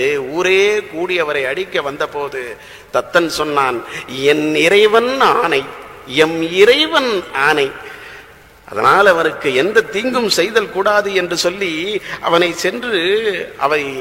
சென்று ஒதுக்குப்புறமாக விட்டு வருகிற வரை இந்த உயிரை தாங்கிக் கொண்டிருந்தாராம். வருகிற வரை இந்த உயிரை தாங்கிக் கொண்டிருந்தாலாம். எந்த விதத்திலாவது என் கண், என் உயிர், என் ராமன் திரும்பி வந்து விடுவானோ என்று சொல்லி நதியம்பதிக்கு சென்று திரும்பி வருகிற வரை அந்த சுமந்தரன் தேரோட்டியினுடைய வாக்கை கேட்பதற்கு தயரதன் உயிரோடு இருந்தானே, அங்கே தயரதன் ராமனை காப்பதற்கு இருந்தான். இங்கே அற்புதமாக இருக்கின்ற நம்முடைய மெய்ப்பொருள் நாயனார் சிவனடியார்களுடைய வாழ்க்கையினுடைய பாதுகாப்பை காப்பதற்கு தன்னுடைய உயிரை தாங்கிக் கொண்டிருந்தார். என்ன அற்புதம், என்ன செயற்கரிய செயல்! ஓடி வந்து அவன் சொல்கிறான், சென்றடி வணங்கி நின்று செய்தவ வேடம் கொண்டு வென்றவர்க்கு இடையூறின்றி விட்டனன். வந்து ஓடோடி வந்து அவருடைய கால்களை வணங்கி, ஐயனே அடியாரே, நான் இடையூறின்றி கொண்டு போய் விட்டு விட்டேன் என்று சொல்லி இன்று கூடி இதற்கு பதில் சொல்கிறானாம். இன்று கூடி மெய்ப்பொருள் நாயனார் என்ன சொன்னார் தெரியுமா? இன்று கூடி இன்று எனக்கு ஐயன் செய்தது யார் செய்ய வல்லார் என்று நின்றவர் தன்னை நோக்கி நிரப்பெரும் கருணை கூர்ந்தார். ஐயனே, என்னுடைய வாழ்க்கையிலே மனைவி உண்டு, மக்கள் உண்டு, என்னுடைய அமைச்சர்கள் இருக்கிறார்கள், எனக்கு செல்வம் இருக்கிறது, எல்லாம் எனக்கு உதவி செய்திருக்கிறார்கள் இவ்வளவு வரை. ஏன் ஆண்டவன் கூட அருள் பாலித்திருக்கிறார். எனக்கு ஆண்டவனுடைய கருணையினால் தான் நான் வாழ்ந்து கொண்டிருக்கிறேன். ஆனால் அவர்கள் யாரும் இதுவரை செய்யாத உதவி எனக்கு நீ செய்திருக்கிறார் ஐயா. தத்தனே, இன்று நீ செய்த உதவி இந்த உலகத்தில் யார் எனக்கு உதவி புரிய வல்லார்கள் என்று கருணை கூர்ந்தவருக்கு சொன்னாராம். அந்த நேரத்திலே அவர் உயிர் விட தேவர்கள் எல்லாம் கனகமாறி பொழிந்தார்களாம். எங்கும் குதூகலமாய் திருக்கோவிலூரிலே இருக்கிற அந்த இறைவனுடைய காட்சி உமையவளோடு இணைந்து நிற்கிறதாம். மெய்ப்பொருள் நாயனாருடைய அற்புதம் என்ன தெரியுமா? இறக்கிற தருவாயில் அவர் சொன்ன ஒரு வாசகம் தான். என்ன சொன்னார் தெரியுமா? மனைவியை அழைக்கிறார், மகன்களை அழைக்கிறார், அமைச்சர்களை அழைக்கிறார், மக்களை அழைக்கிறார். என்ன சொன்னார் தெரியுமா? அற்புதமாக சொல்கிறார். விதியினாலே பரவிய திருநீற்று அன்பு பாதுகாத்து உய்ய நீங்கள் யாவரும் திருநீரிடத்திலும் திருநீற்று இடத்து வைத்த அன்பு இந்த உலகிலே யாதும் வழுவாமல் செலுத்த கடவே. உங்களுக்கு எல்லாருக்கும் ஒரே ஒரு வேண்டுகோள், அந்த முத்தநாதனை கண்டுபிடிச்சு எப்படியாவது தூக்கில் ஏற்றுங்கள். எனக்கு இந்த இடத்துல இவ்வளவு சொத்து இருக்குது, அதுக்கெல்லாம் நான் என்னால் உயில் எழுதி வைக்க முடியல, அதெல்லாம் காப்பாற்றி வைங்க. இந்தந்த இடத்துல எல்லாம் இது எதுக்கு இருக்குது, எங்காவது யாராவது மாற்றுக்கு மக்களுக்கு அந்த உயில் போயிட போகுது. ஏன்னா நான் மக்களுக்காகவே வாழ்ந்தேன், மக்களுக்காக நான் மக்களுக்காக வாழ்கிறேன். அதனால என்னுடைய சொத்தெல்லாம் எங்காவது மக்களுக்கு போயிட போகுது. மறக்காம இந்த பையன் பிள்ளை எல்லாம் நிறைய இருக்குது, அவங்களுக்கெல்லாம் எழுதி வைக்கணும்னு அவன் சொல்லலை. அந்த நேரத்திலே கூட உயிர் துருக்கிற நேரத்திலே ஒன்று சொன்னானாம், இந்த உலகத்தில் மானுடம் உய்ய வேண்டும் என்று சொன்னால் சிவனடியே சிந்திக்கின்ற திருநீற்று நெறியினை எந்த காலத்திலும் வழுவாமல் நீங்கள் காப்பதுதான் நீங்கள் எனக்கு செய்கின்ற அற்புதம் என்று சொல்லி, சமயம் ஒன்றினால் தான் இந்த உலகத்தினுடைய வாழ்வு சிறக்கும் என்று சொன்ன மெய்ப்பொருள் நாயனார் அற்புதமாக நம்முடைய சேக்கிழார் பெருந்தகை மிக அழகாக சொன்னார். மெய்ப்பொருள் நாயனார் நிலையிலே பூதம் கலங்கினாலும் கூட தன்னுடைய நெறியிலே இருந்து வழுவாமல் வாழுகின்ற பெருந்தகை என்ற அந்த மெய்ப்பொருள் நாயனாருடைய திருவடிகளை வணங்கி, அடுத்ததாக நாம் திருமூலர் திருமந்திரம் என்கிற அற்புதமான நூல். நமக்கெல்லாம் தெரியும், இந்த உலகத்திலே அறியாமை என்கிற துன்பத்தை போக்குவதற்காக இறைவன் குருவடிவாக யோகிகளின் வடிவாக வருகிறான் என்பது நமக்கு தெரியும். இந்த அறியாமை இருள் எப்படி குரு போக்குகிறார்? ஒருத்தன் 16 கழுதையை மேய்ச்சிட்டு இருந்தான். எவ்வளவு கழுதை? 16 கழுதை. அப்பதான் நிறைய துணி எடுத்துட்டு போய் ஆற்றங்கரைக்கு போய் அவனால பொழப்பு நடத்த முடியும். 16 கழுதைகளையும் எடுத்துட்டு போயிட்டு இருந்தான். போயிட்டு ஒரு இடத்துல இரவு நேரத்துல மழை வந்த காரணத்தினால வீட்டுக்கு வர முடியல. நடுவுலையே ஒரு குடிசையும் மரமும் தெரிந்தது. அப்படியே என்ன பண்ணா, அதை கட்டணும். கயிறு பார்த்தான், கிடைக்கவே இல்லை. எங்கடா 16 கயிறு கட்டுறதுக்கு, ஒரு கழுதையை கட்டுறதுக்கே ரொம்ப சிரமம், அது உதைக்கும். அப்படி 16 கழுதையை கட்டணும்னு ஏதோ ஒரு கயிறு கொஞ்சம் கிடைச்சிது. அந்த கயிறை எடுத்துட்டு அவன் என்ன பண்றான், 16 கழுதையும் படாத வாட விட்டு நிக்க வச்சு அதை போட்டு கிடைச்ச கயிறை போட்டு கட்டினான். 15 கழுதை மாட்டுச்சு, இந்த ஒரு கழுதை நிக்கவே மாட்டேங்குது. இந்த ஒரு கழுதை நிக்கவே மாட்டேங்குது. அது என்ன பண்றதுன்னே அவனுக்கு ஒன்றும் புரியல. ரொம்ப நேரம் ஆனாலும் அந்த ஒரு கழுதை நிக்கவே மாட்டேங்குது. இவன் அப்படியே சுத்தி சுத்தி பார்க்கறான். அந்த 16வது கழுதை கிட்ட வந்தோன்னா இந்த கயிறு வந்து தீர்ந்து போச்சு, பத்த மாட்டேங்குது. அந்த ஒரு கழுதைக்கு பத்த மாட்டேங்குது. அந்த கழுதைக்கு எப்படியோ தெரிஞ்சிருச்சு, நமக்கு கயிறு இல்லை, நம்ம தப்பிச்சுக்கலான்னு சொல்லிட்டு அது தப்பிச்சு போச்சு. கட்டவே முடியல. இவனுக்கு ஒண்ணுமே புரியல. பக்கத்துல ஒரு முனிவர் வந்தார். முனிவர் வந்து, என்னங்க சாமி பண்றது, இப்பதான் எல்லாத்துக்குமே சாமியார்கிட்ட விடிவு கேட்கறேன் இல்லையா, இதுக்கு என்ன மூட கழுதையங்க எப்படி கட்டுறதுன்னு கேட்டு வைப்போம்னு அவன் கேட்டான். கழுதையை எப்படிங்க கட்டுறது, 15 கழுதை நிக்குதுங்க, இன்னொரு கழுதை நிக்க மாட்டேங்குதுங்க. என்ன பண்ணா, அந்த சாமிகள் அழகா சொன்னார், நீ 15 கழுதையும் கட்டுற இல்லையா, நீ அப்படி கட்டிட்டு 16வது கழுதை நிக்கிற போது அந்த கழுதையையும் கட்டுவதாக ஒரு பாவனை செய். அப்படி ஒரு பாவனை செய். இப்படி கொண்டு வந்து 15 கழுதை கட்டிட்டு அந்த கழுதையை சுத்தி ஒரு பாவனை செஞ்சேன்னு வச்சுக்கோ, அது நின்றும்னா. அதிசயம். அதே மாதிரி 15 கழுதை நிக்க வச்சு அப்படியே ஒரு பாவனை செஞ்சா, நின்றுச்சு. அப்படியே நின்றுச்சு. இவனுக்கு ஆச்சரியம். ராத்திரி பூரா தூங்கிட்டான்.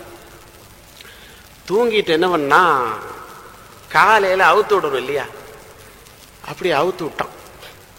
பத்தாமையே அது நின்றுட்டு இருந்தது. அந்த மீதி இதை வந்து அந்த 15வது கழுதையில காலில் வச்சு கட்டினவன் அவுத்து விட்டான். அந்த 15 கழுதையும் வந்துருச்சு இவன் கூட. அந்த 16வது கழுதை வரமாட்டேன்ருச்சு. அந்த 16வது கழுதை வரமாட்டேன்ருச்சு. எங்க போய் அந்த சாமியாரை பிடிக்கிறது, என்ன சொன்னாலும் அந்த கழுதை வரமாட்டேங்குது. அந்த சாமியாரை ஓடி போனான். ஓடி போய் பிடிச்சான். சாமி கொஞ்சம் வாங்க, நான் உங்ககிட்ட தான் கேட்டேன், வேற எந்த சாமியாருக்கு இந்த உண்மை தெரியாது, நீங்க கழுது சாமியார் போல இருக்குது, கழுதையை பத்தி ரொம்ப அழகா புரிஞ்சுக்கிறீங்க, அதனால வாங்க வந்து கொஞ்சம் இதை கொஞ்சம் ஹெல்ப் பண்ணுங்கன்னா அந்த சாமியாரை கூட்டிட்டு வந்தாங்க. கூட்டிட்டு வந்து என்னப்பா பண்ணாடு, சாமி நீங்க தானே சொன்னீங்க 16வது கழுதைக்கு ஒரு பாவனை பண்ணு, இப்ப என்ன பண்ணேன்னு, நான் அப்படியே எடுத்து விட்டு அப்படியே பிரிச்சு விட்டேன். அடப்பா, 16வது கழுதை கட்டுறதுக்கு நீ ஒரு பாவனை பண்ண இல்லையா, அத வெளியேற்றுவதற்கு ரிலீஸ் பண்றதுக்கும் அதே மாதிரி அதை விட்டு ரிலீஸ் பண்ணி பாவனை பண்ணப்பா, அப்பதான் வரும்னா. இவன் அதே மாதிரி மறுபடியும் அதை பிரிப்பதற்கும் பாவனை பண்ணா அந்த கழுதை வந்துருச்சு. முதலாவதாக வாழ்க்கையிலே ஒளி வெள்ளத்தை பற்றி உண்மை பொருளை அமைப்பதற்காக இறைவன் குருவடிவிலே நமக்கு காட்டுகிறான். ஆனால் அதை தாங்கிக் கொள்ள முடியாமல், அதை நாம் புரிந்து கொள்ள முடியாமல் இன்னும் அறியாமையிலே இருக்கிற போது இறைவன் என்ன செய்கிறானே, தானே குருவடிவாகவும் யோகிகள் வடிவாகவும் வருகிறானாம். அப்படிப்பட்ட நமக்கு அறியாமை இருள் அகல ஈண்டு வருகிற துன்பம் போவதற்காக யோகிகள் இந்த உலகத்தில் படைக்கிறார்கள் இறைவன். அப்படிப்பட்ட ஒரு அருமையான யோகி திருமூல நாயனார் என்பவர். நமக்கு எல்லாத்துக்கும் திருமூலர் திருமந்திரம் என்பது நாம் எல்லாருமே சிவாலயங்களிலே 12 திருமுறைகள் 10வது திருமுறை திருமூல திருமந்திரம். இந்த திருமூலர் திருமந்திரம் இருக்கிறதே, இது எப்படி தோன்றி என்பது ஒரு அழகான வரலாறு. ஏதோ மாணிக்க வாசகருக்கு மாதிரி திருப்பெருந்துறையில வந்து ஆட்கொள்ளப்பட்ட வரலாறு அல்ல. கைலாய மலையில் நான்மறை வேதங்களை, சிவநெறியினுடைய சிவபோக நெறிகளை முதலில் அறிந்தது யார் தெரியுமா? காவல் காக்கிற நந்தியம்பதி நாயனார். அந்த நந்தி நாயனார் இருக்கிறாரே, நந்தியம்பெருமான் நம்மெல்லாம் அழைப்போம். அவர்தான் சிவநெறிகளை முதல்ல கற்றாராம். அந்த சிவநெறிகளை அவரிடத்திலிருந்து முதலில் கற்றது ஒரு பெரிய முனிவர். அந்த முனிவருக்கு ஒரு ஆசை வந்துதான். அகத்தியர் வெகு நாளாக கைலாய காட்சியிலிருந்து அவரை தான் பொதிகைக்கு அனுப்பிச்சிட்டாங்க. அகத்தியரை பொதிகைக்கு அனுப்பிச்சிட்டாங்க. அவருக்கு கைலாய காட்சி அங்க வரணுங்கிறதுக்காக இவருக்கு ஒரு ஆசை, நம்மளும் போய் அவரோடு உரையாட வேண்டும், அவரோடு வாழ வேண்டும். இறைவனே காட்சி அகத்தியருக்கு கொடுத்தாருன்னா அகத்தியர் எவ்வளவு பெரிய ஆளு, அதனால அவரை பார்க்கணும்னு கைலாய மலையிலிருந்து அவருக்கு ஒரு நினைப்பு. எல்லாம் இறைவனுடைய சித்தம். அவர் வர்றார். அங்கிருந்து நாவுக்கரசர் பெருமான் சென்னையிலே இருந்து காலத்தி சென்று கைலாயம் போனதை போல இவர் கைலாயத்திலே இருந்து காலத்தியை பார்த்து விட்டு வேகமாக வருகிறார். எங்க வருகிறார்னா திருவிடைமருதூர் என்கிற ஊருக்கு வருகிறார். திருவிடைமருதூரிலிருந்து திருவாடுதுறைக்கு போகிறார். திருவாடுதுறை என்கிற ஊர் நமக்கு தெரியும். ஆதீன பெருமக்கள் எல்லாம் ஆதி சைவ மரபிலே வந்து சந்தானக்குறவர்கள் என்று அழைக்கப்படுபவர்கள் சைவ சமயத்திலே இருக்கிறார்கள். சைவ சமய குறவர்கள் நாம் பார்த்தோம். ஞானசம்பந்த பெருமான், திருநாவுக்கு அரசர், சுந்தரமூர்த்தி நாயனார், மாணிக்க வாசக பெருந்தகை, இதெல்லாம் குறிச்சுக்கணும் குழந்தைகள், இதயத்திலே எழுதி வைத்துக் கொள்ள வேண்டும். சந்தானக்குறவர்கள்னு 4 பேர் இருக்கிறார்கள். அவர்கள் மெய் அருள்நந்தி சிவம், மறைஞான சம்பந்தர், உமாபதி சிவம், இந்த 4 பேரும். இந்த 4வருடைய பெயராலே தான் திருவாடுதுறை, திருப்பனந்தாள் போன்ற பல ஆதீன கர்த்தாக்கள், குமரகுருவருடைய பரம்பரை, இப்படி பரம்பரைகளில் தான் சைவம் வளர்த்து தமிழையும் வளர்த்து வருகிறது. அவர்களுக்கு எல்லோருடைய திசையை நோக்கியும் நாம் வணங்க வேண்டும். அவ்வாதீன பெருமக்கள் இல்லை என்று சொன்னால் இன்றைக்கு நாம் தமிழையும் திருநெறிய தமிழை உணர்ந்து வாசகமாக பெற்றிருக்க முடியாது. அப்படிப்பட்ட அவர் எல்லா இடத்துக்கும் வந்து திருவாடுதுறைக்கு வர்றார். திருவாடுதுறைக்கு பக்கத்தில் இருக்கிற சாத்தனூருங்கிற ஒரு ஊருக்கு வர்றார். அந்த சாத்தனூர்ல இடையர் குலம் பசுமாட்டை மேய்த்து அதன் மூலமாக ஆனிரை மேய்த்து உண்ணம் குலம் என்று சொல்லுவார்கள்.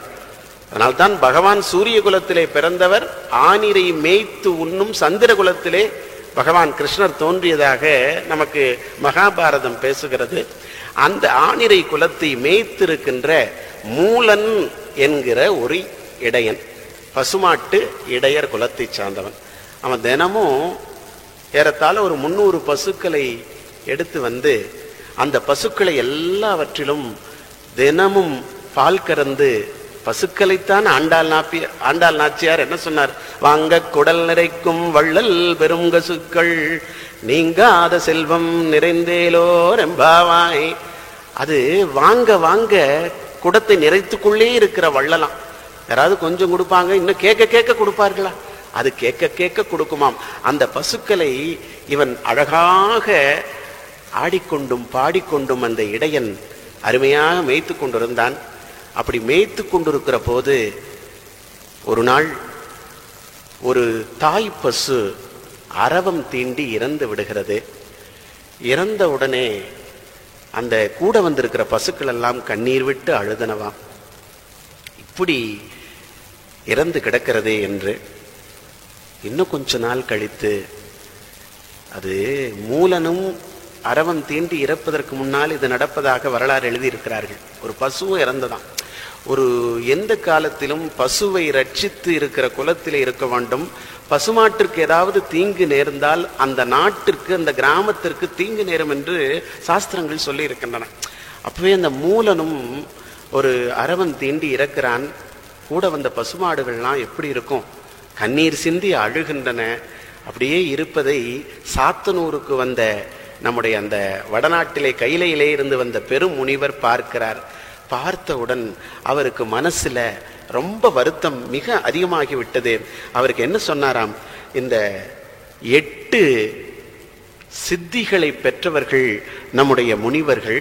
அந்த 8 சித்திகளிலே ஒரு சித்தி பர காய பிரவேசம் என்று சொல்வார்கள். அதாவது எந்த உடலில் வேலுமானாலும் அவர்கள் உயிரை உள்ளே புகுத்தக்கூடிய ஆற்றல். கிளியின் ஒரு உருவத்திலே அருணகிரிநாதரை பார்த்தோம். இந்த மாதிரி வாழ்க்கையிலே வெற்றி இருக்கிற அஷ்டமா சித்தி பெற்றவரான காரணத்தினாலே அவருடைய பசுக்களுடைய கண்ணீரை பார்த்து விட்டு அந்த என்ன பண்ணார்? இவர் தன்னுடைய உயிரை எடுத்து அந்த மூலனுடைய உடம்புக்கு உள்ளே செலுத்தி விட்டு தன்னுடைய உடலை எடுத்து மறைவாக வைத்துக் கொள்கிறார். உடனே இந்த பசுக்களுக்கெல்லாம் எவ்வளவு ஞானம் பெற்றவை அல்லவா! அது வாகனம் இல்லையா, அறநெறியின் வாகனம் அல்லவா!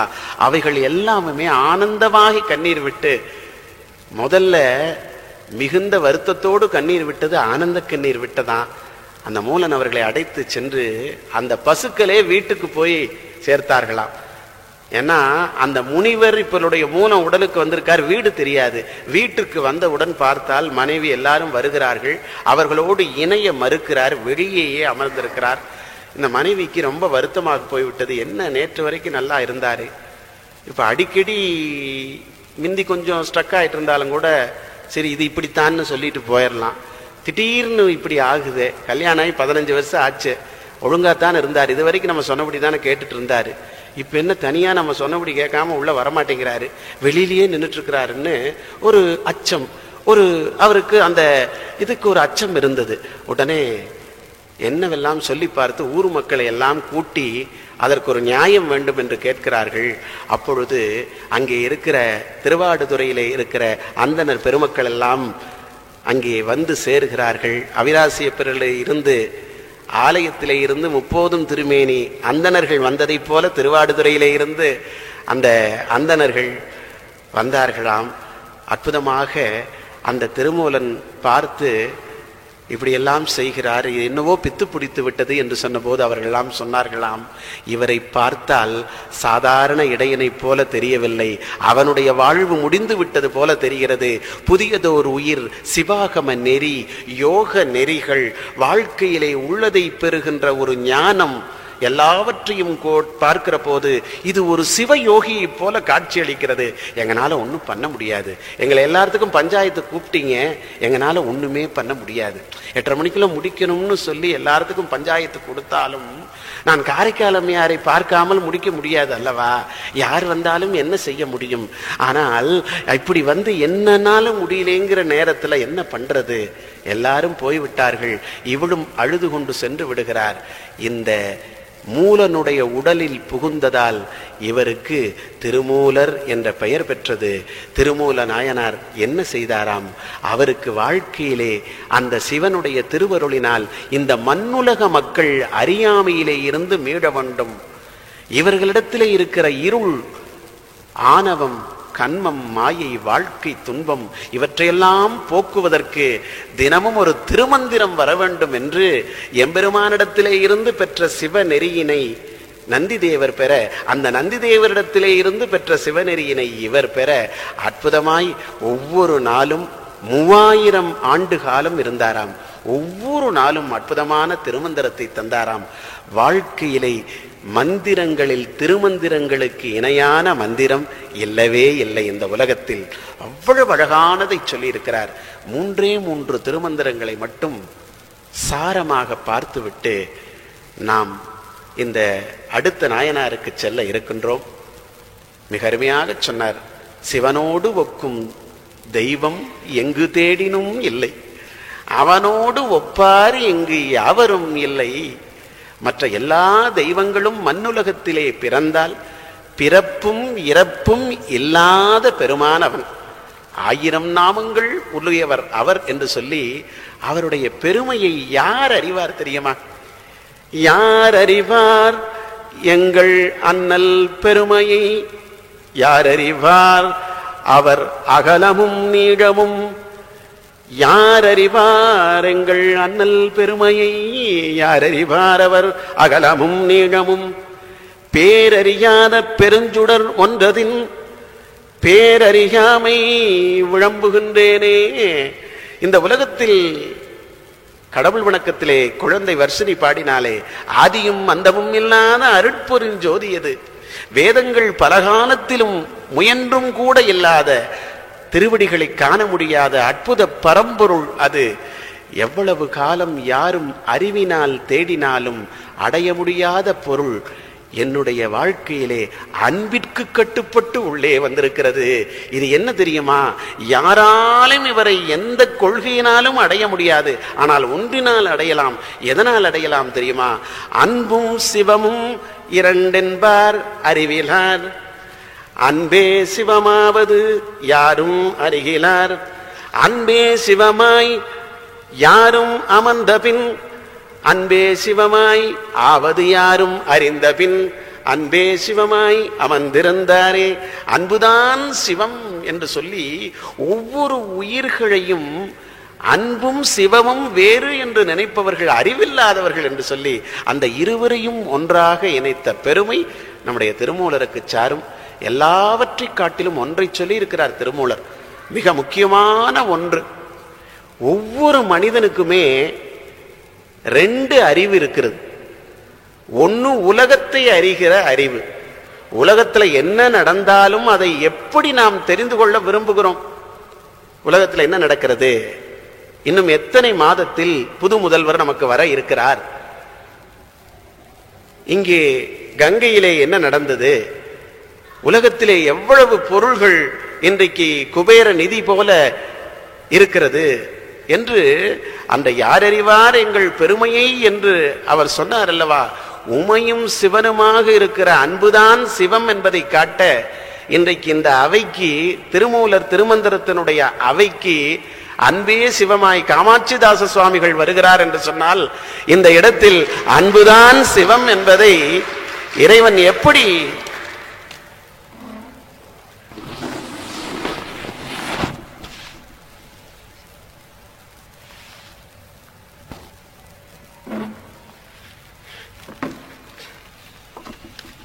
அன்பை பற்றி சொல்ல வேண்டிய இடத்தில்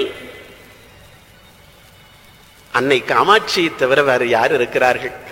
வருந்தாவகை என் மனத்தாமரையினுள் புரிந்து கொண்டாய் பழைய இருப்பிடமாக என்று காலம் காலமாக எங்கள் குலத்திற்கும் குடும்பத்திற்கும் இந்த சமூகத்திற்குமே இந்த சமுதாயத்திற்கும் எல்லோருக்கும் அவர்கள் முன்னின்று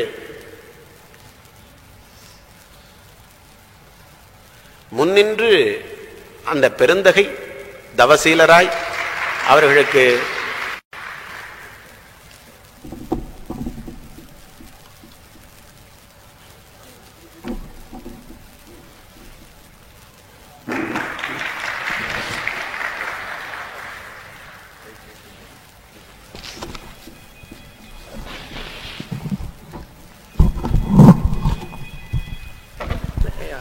இது முடிச்சுக்கலாம். 8:30 மணிக்கு முடிச்சோன்னா அப்புறம் நீங்க பேசிட்டு அப்புறம் முடிச்சுடுறேன், அரை மணி நேரம் முடிச்சுடுறேன்.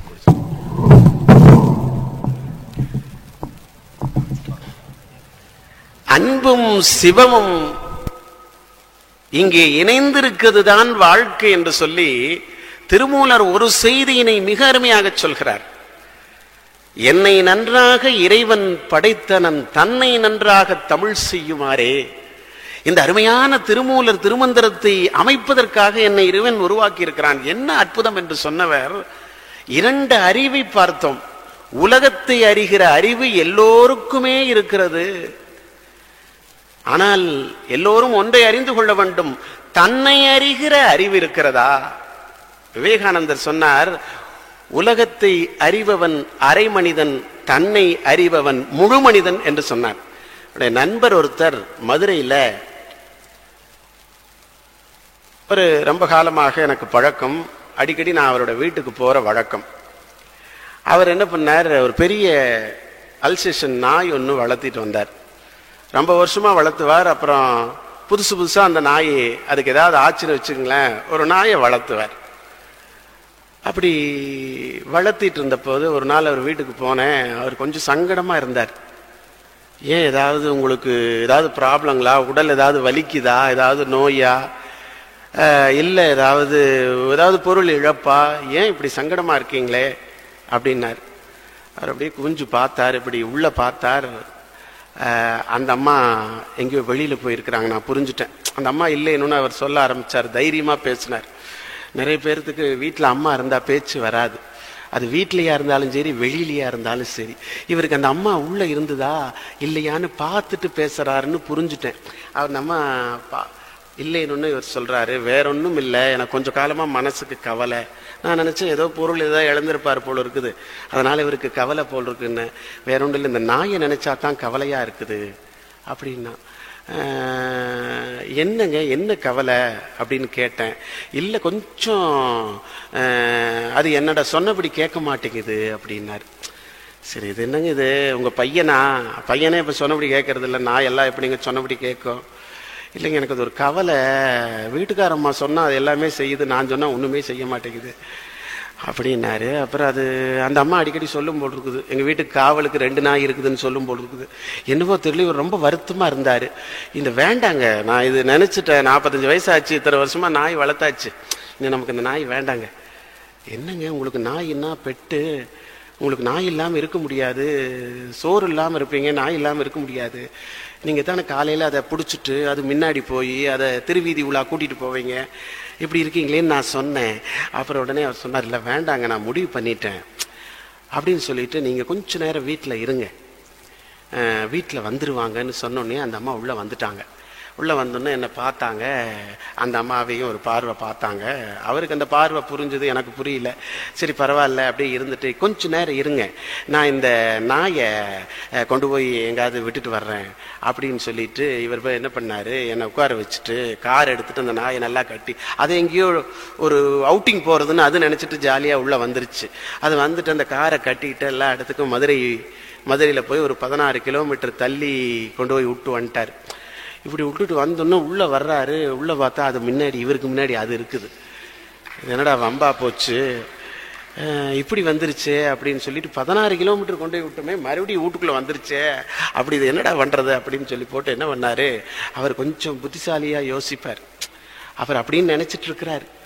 அந்த அம்மாவை கேட்டால் தானே தெரியும் இவர் புத்திசாலித்தனம். சரின்னு அவர் என்ன பண்ணாரு, இப்ப பாருங்க, அவருக்கு ஒரு மாதிரி ஆயிடுச்சு. எங்கிட்ட இப்படி போய் சொல்லணும்னு கொண்டு விட்டுட்டுன்னு சொல்லி 16 கிலோமீட்டர் விட்டுட்டு வந்து நான் வேற 1 மணி நேரமா வெயிட் பண்றேன். அப்புறம் அப்படி பார்த்துன்னு ஒரு மாதிரி ஆனோன்னு என்ன பண்ணாரு, இப்போ ஒரு ஐடியா பண்ணாரு. என்ன பண்ணாருன்னா, நான் 16 கிலோமீட்டரு நேரான ரோட்ல கொண்டு போய் விட்டுன்னு தானே அது திரும்பி வந்துச்சு. நான் ஒண்ணு பண்றேன் பாரு, மதுரையில மாட வீதி ஜாஸ்தி, குறுக்கு சந்தெல்லாம் நிறைய இருக்கிற ஊரு மதுரை. என்ன பண்ணாரு, ஒரு 46 குறுக்கு சந்து, ஒரு 46 குறுக்கு சந்து. அந்த சந்துல எல்லாம் காரை கொண்டு போய் நிறுத்திட்டு அந்த நாயை பிடிச்சிட்டு எல்லா சந்திலையும் சுத்தி சுத்தி சுத்தி சுத்தி ஒரு வீதிக்கு இப்படி போறது, இப்படி பேருக்கு இந்த பக்கம் வர்றது, அப்படி போறது, அப்படி வர்றது, இப்படி எல்லாம் பண்ணி இவருக்கு மனசுல அந்த நாயை கன்ஃபியூஸ் பண்றாராம். திருப்பி வராம வழி தெரியாம இருக்கிறதுக்கு எவ்வளவு நல்லா யோசிக்கிறார் பாருங்க. அவர் பூரா மத்தியானம் வரைக்கும் நான் சாப்பாடு இல்லாம உட்கார்ந்துருக்கிறேன். சரி பரவாயில்ல, அந்த இடத்துல போய் அப்படி கன்ஃபியூஸ் பண்ணி கொண்டு போய் விட்டுட்டார். விட்டுட்டு கொஞ்ச நேரம் ஆச்சு, என்னன்னு தெரியல, வீட்டுக்கு ஃபோன் பண்ணார். கையில் செல்ஃபோனை வச்சுட்டு வீட்டுக்கு ஃபோன் பண்ணார். அப்புறம் நான் எப்படி எடுக்கிறது, அந்த அம்மாவே எடுத்தது. எடுத்துன்னு அந்த அம்மாவை பார்த்து கேட்டார், நாய் வந்துருச்சா அப்படின்னு. அது 15 நிமிஷம் ஆச்சுங்க. எங்க போயிட்டு இருக்கிறீங்க, உங்க தெரிஞ்சவராமா அவர் யாரோ, பேக்குன்னு உட்கார்ந்துட்டு இருக்கிறார். பார்த்தாலே தெரியுது. எவ்வளவு நேரமா வெயிட் பண்றது, ஒன்னா வந்து சேருங்க, இல்லாட்டி நான் சாப்பிடணும், இல்லாட்டி அவர் சாப்பிடணுமா, என்னன்னு சொல்லுங்க, ஒண்ணுமே சொல்லாம போயிருக்கீங்க. இல்ல நாய் வந்துருச்சான்னு உன்னை கேட்டேன். நான் காலையில 11 கிலோமீட்டர் கொண்டு விட்டு இன்னைக்கு 16 வீதிகள்ல அதை கன்ஃபியூஸ் பண்ண. இல்லைங்க வந்துருச்சுன்னு நான் சொல்றேன்ல, வைங்க போனேன். இதெல்லாம் ஒரு 15-20 வருஷம் ஆனா இப்படித்தான் போன்ல பேசிப்பாங்க, இதெல்லாம் இயல்பு. அப்படி பேசணுன்னே இவர் சொன்னாரு, அம்மா வச்சிடாத, ஒரு நிமிஷம் இரு. நாய் வந்துருச்சு, சரி எனக்கு இப்ப வீடு வர்றதுக்கு கன்ஃபியூஸ் ஆகி போச்சு, வர முடியல, தயவு செய்து கொஞ்சம் யாராவது வாங்கம்மா, கார் எடுத்துட்டு, யாராவது டிரைவர் இருந்தா இன்னொரு கார் எடுத்துட்டு வாங்கம்மான்னார். மற்றவர்களை அறிவதற்காக நாம் எவ்வளவோ பிரயத்தனம் செய்கிறோம் வாழ்க்கையில், ஆனால் நாம் அறியவில்லை என்பதை நாம் அறிந்திருக்கிறோமா வாழ்க்கையிலே? இதைத்தான் திருமூலர் அற்புதமாக எழுதினார். எம்பெருமான் நினைத்தார், திருமூலர் திருமந்திரம் வர வேண்டும், உன்னை அறிய வேண்டும். அழகாக சொன்னார், தன்னை அறிய தனக்கோர் கேடில்லை, தன்னை அறியாமல் தானே கெடுகின்றான். தன்னை அறியும் அறிவை அறிந்தபின் தன்னைத்தானே அர்ச்சித்து நின்றானே. உன்னிடத்திலே அளவற்ற ஆற்றல் இருக்கிறது. எம்பெருமான் சிவனடியாருடைய ஒரு அம்சம் நீ. அவனை வணங்குவதற்குரிய ஆற்றல் உன்னுடைய இதயத்திலேயே இறைவன் தந்திருக்கிறான். வேதங்களும் உபனிஷத்துக்களும் மிக அரிய பொருள், மிக வலிமையான பொருள், மிக உண்மையான பொருள் உன்னுள்ளே புதைந்து கிடக்கிறது என்று சொல்லி, தன்னை அறிந்து ஒரு மனிதன் வாழுகிற போதுதான் அவனுடைய வாழ்க்கை சிறக்கும். தன்னம்பிக்கை 50%, கடவுள் நம்பிக்கை 50% கொண்டிருக்கிற வாழ்க்கைதான் வாழ்விலே மண்ணுலகத்தில் வாழ்வதற்கான வழி என்பதை சொன்னவர். உன்னுடைய இலக்கு என்ன இருக்க வேண்டும் தெரியுமா? 120 ஆண்டுகள் நீ இங்கே வாழ், ஆனால் நீ இந்த வாழ்விலே நிறைவடைந்த உன்னுடைய இலக்கு பிறவியினாத பெருவாழ்வை பெற வேண்டும் என்று சொல்லி அதற்கு எளிமையான வழியை சொன்னார். இங்க வாழ்க்கைக்கு எவ்வளவோ பிரயத்தனம் பண்ணணும். இன்னைக்கு பொருள் வேண்டும், அப்படி பொருள் வந்தாலும் செல்லுகிற நோட்டிலே வேண்டும். அப்படி செல்லுகிற நோட்டு வந்தாலும் அதற்கு 100 ரூபாய் நோட்டு, அதற்கு சில்லறை வேண்டும். எவ்வளவு சிரமப்பட்டு கொண்டிருக்கிறோம் நாம். ஒரு பொருளை பெறுவதற்கு எவ்வளவு சிரமப்படுறோம். நம்ம கூட கேட்டாங்க போய் எல்லாம் திருமூலர்கிட்ட, எங்க நீங்க பிறவி இல்லாத பெருவாழ்வுன்னு சொல்றீங்களே, அது சரிங்க, எவ்வளவு சிரமப்படுறோம். பொருள் இல்லை, எல்லா விதத்திலும் நாங்கள் உழன்று கொண்டிருக்கிறோம். பையனுக்கு சொத்து சேர்க்கணும், பேரனுக்கு சொத்து சேர்க்கணும், கொள்ளுப்பேரனுக்கு சேர்க்கணும், எல்லா இடத்திலையும் சேர்ந்து கொண்டிருக்கிறது. எதிர்த்த வீட்டிலும் பக்கத்து வீட்டிலும் நம்மை விட நன்றாக சொத்து சேர்த்திருக்கிறார்கள். இப்படி ஒவ்வொரு எவ்வளவு சிரமங்களிலே நாம் வாழ்ந்து கொண்டிருக்கிறோம். நீங்க போய் வீடு பேரை அடைய வேணும்னு சொல்றீங்களே, சரி நீங்க சொன்னதுக்காக சொல்றேன், எளிமையான வழி இருக்கிறதா? திருமூலர் சொன்னார், நீ எந்த பிரயத்தனம் பண்ண வேண்டாம். சாப்பிட்றதுக்கு பிரயத்தனம் பண்ற, ஒரு 10 வருஷம் சரியான நேரத்துக்கு வருது, அப்புறம் 3 மணிக்கு மேலதான் வருது, என்ன பண்றது? அதுக்குன்னே பிரயத்தனம் பண்ற. சரி, பொருளை ஈட்டுவதற்கு பிரயத்தனம் பண்ணுகிறாய். வாழ்க்கையில எதெடுத்தாலும் அவனுக்கு கையிலே, தன்னோட கையில இருக்கிற 2 லட்சம் ரூபாயை எடுத்து சாப்பிட முடியல. அவ்வளவு சிரமத்திலே மனிதன் இருக்கிறான். நீ அதனால கவலைப்படாத. 120 ஆண்டு காலம் நீ வாழ், ஆனால் உன்னுடைய மனதிலே மீண்டும் பிறக்க மாட்டோம் என்கிற நெறிகளை மட்டும் மறந்து விடாதே. ஒரு எளிமையான வழியை எம்பெருமான் எனக்கு சொல்லி அனுப்பி இருக்கிறார் என்று சொல்லி என்ன சொன்னாராம்? சிவ சிவ என்றிட தீவினை மாளும், சிவ சிவ என்றிடர் தீவினையாளர், சிவ சிவ என்றிட தேவரும் ஆவர், சிவ சிவ என்றிட சிவகதிதானே. சிவசிவ என்ற 2 வார்த்தை போதுமப்பா. 2 வார்த்தையிலே உன்னுடைய தீவினை எல்லாம் போய்விடும். முன் ஜென்மத்திலே இருக்கிற வினைகளால் நீ எவ்வளவு கஷ்டப்பட்டு கொண்டிருக்கிறாய், எவ்வளவு வாழ்க்கையிலே உனக்கு துன்பம் முந்தி செய்வினை மூர்க்கனாய் கழிய உனக்கு வாழ்க்கையில் அவ்வளவு துன்பம் வந்திருக்கு. நீ 2 வார்த்தை சொல்லப்பா போதும், சிவ சிவ என்றிட. அது ஏன் இன்னொரு தடவை? வேறொன்றும் இல்லை, அந்த சிவத்திற்கு உயிர்ப்பாக இருக்கிறது சக்தி. அந்த சக்தி சிவத்துக்குள் அடக்கம் என்ற காரணத்தினால் சிவ சிவ என்றிட தீவினை மாளும், அது இறந்து போகும். சிவ சிவ என்றிடர் தீவினை ஆளர். நீ இவ்வளவு சொல்லியும் கூட சிவசிவேன்னு சொல்லலைன்னா உனக்கு தீவினை மூழ்கி நீ தீவினையாளராக மாறிவிடுவாய். உனக்கு பெரிய தீவினை வந்து சேர்ந்து விடும். அடுத்து சொல்றார், சிவ சிவ என்றிட தேவரும் ஆவர். உனக்கு என்ன கேட்டப்போ? நிறைய சொத்து வேணும், சுகம் வேண்டும், உனக்கு வாழ்க்கையில எல்லா சந்தோஷமும், நீ சொல்றபடியெல்லாம் வாழ்க்கையில கடைசி வரைக்கும் வீட்டுக்காரி கேட்கணும்னு கேட்டேப்பா கொஞ்ச நேரத்துக்கு முன்னாடி தான். இதையும் நான் தர்றேன், இது ரொம்ப முடியாது, இது ஒண்ணுதான் வரம், அதை கூட நான் தர்றேன். நீ தேவராக இந்த உலகத்தில் வாழலாம். தேவர்னா என்ன தெரியுமில்ல? 120 வருஷம் நீங்க என்ன நினைக்கிறீங்களோ, இப்ப உங்களுக்கு 100 கோடி கையில இருக்குது, பழைய நோட்டு. 100 கோடி வேணும்னா நீங்க தேவரா இருந்தா புது நோட்ல கிடைக்கும். எங்க வேணாலும் போகலாம். ரிசர்வ் பேங்க்ல நீங்க நேரா உள்ள போறா, உங்களை யாருமே கேட்க மாட்டாங்க. எங்க 14-15 கோடி கிடைக்கிறப்ப நீங்க அப்புறம் 100 கோடி 170 கோடி மாத்திரப்ப தேவரா இருந்தா விட மாட்டாங்களா என்ன? மனுஷருக்கே விட்டுருக்குறாங்க. அப்படி அந்த இடத்துல உனக்கு எல்லாமே கிடைக்கும். நீ ஒரு தேவரை போல வாழலாம். எளிய வழி சிவ சிவ என்று சொல்லிவிடு. கடைசியாக சொன்னார், நான் சொன்னேனே பிறவியில்லாத பெருவாழ்வை பெறுவதற்கு சிவ சிவ என்று நீ சொல்ல வேண்டும் என்று சொல்லி தன்னை அறிந்து இறைவனுடைய திருவடிகளை பற்றி கொண்டு மனிதன் தன்னம்பிக்கையோடும் கடவுள் நம்பிக்கையோடும் வாழுகிற போது 120 ஆண்டு காலம் வினைகளை கடந்து வாழலாம். அதே நேரத்தில் இறந்த பின்னால் பிறவியில்லாத பெருவாழ்வை பெறலாம் என்று 4 வரிகளில் 3000 பாடல்களை திருமூலர் பெருமான் எம்பெருமான் திருவருட்கருணையினால் கொடுத்திருக்கிறார் என்பதை அற்புதமாக நம்முடைய சேக்கிழார் பெருந்தகை திருமூல தேவன் அயனார் என்று அவனை இறைவனுக்கு இணையாக தேவராக வைத்தார் என்ற அளவில் திருமூல நாயனாருடைய திருவடிகளை வணங்கி நாம் அடுத்த 20 நிமிடங்களுக்கு உள்ளாக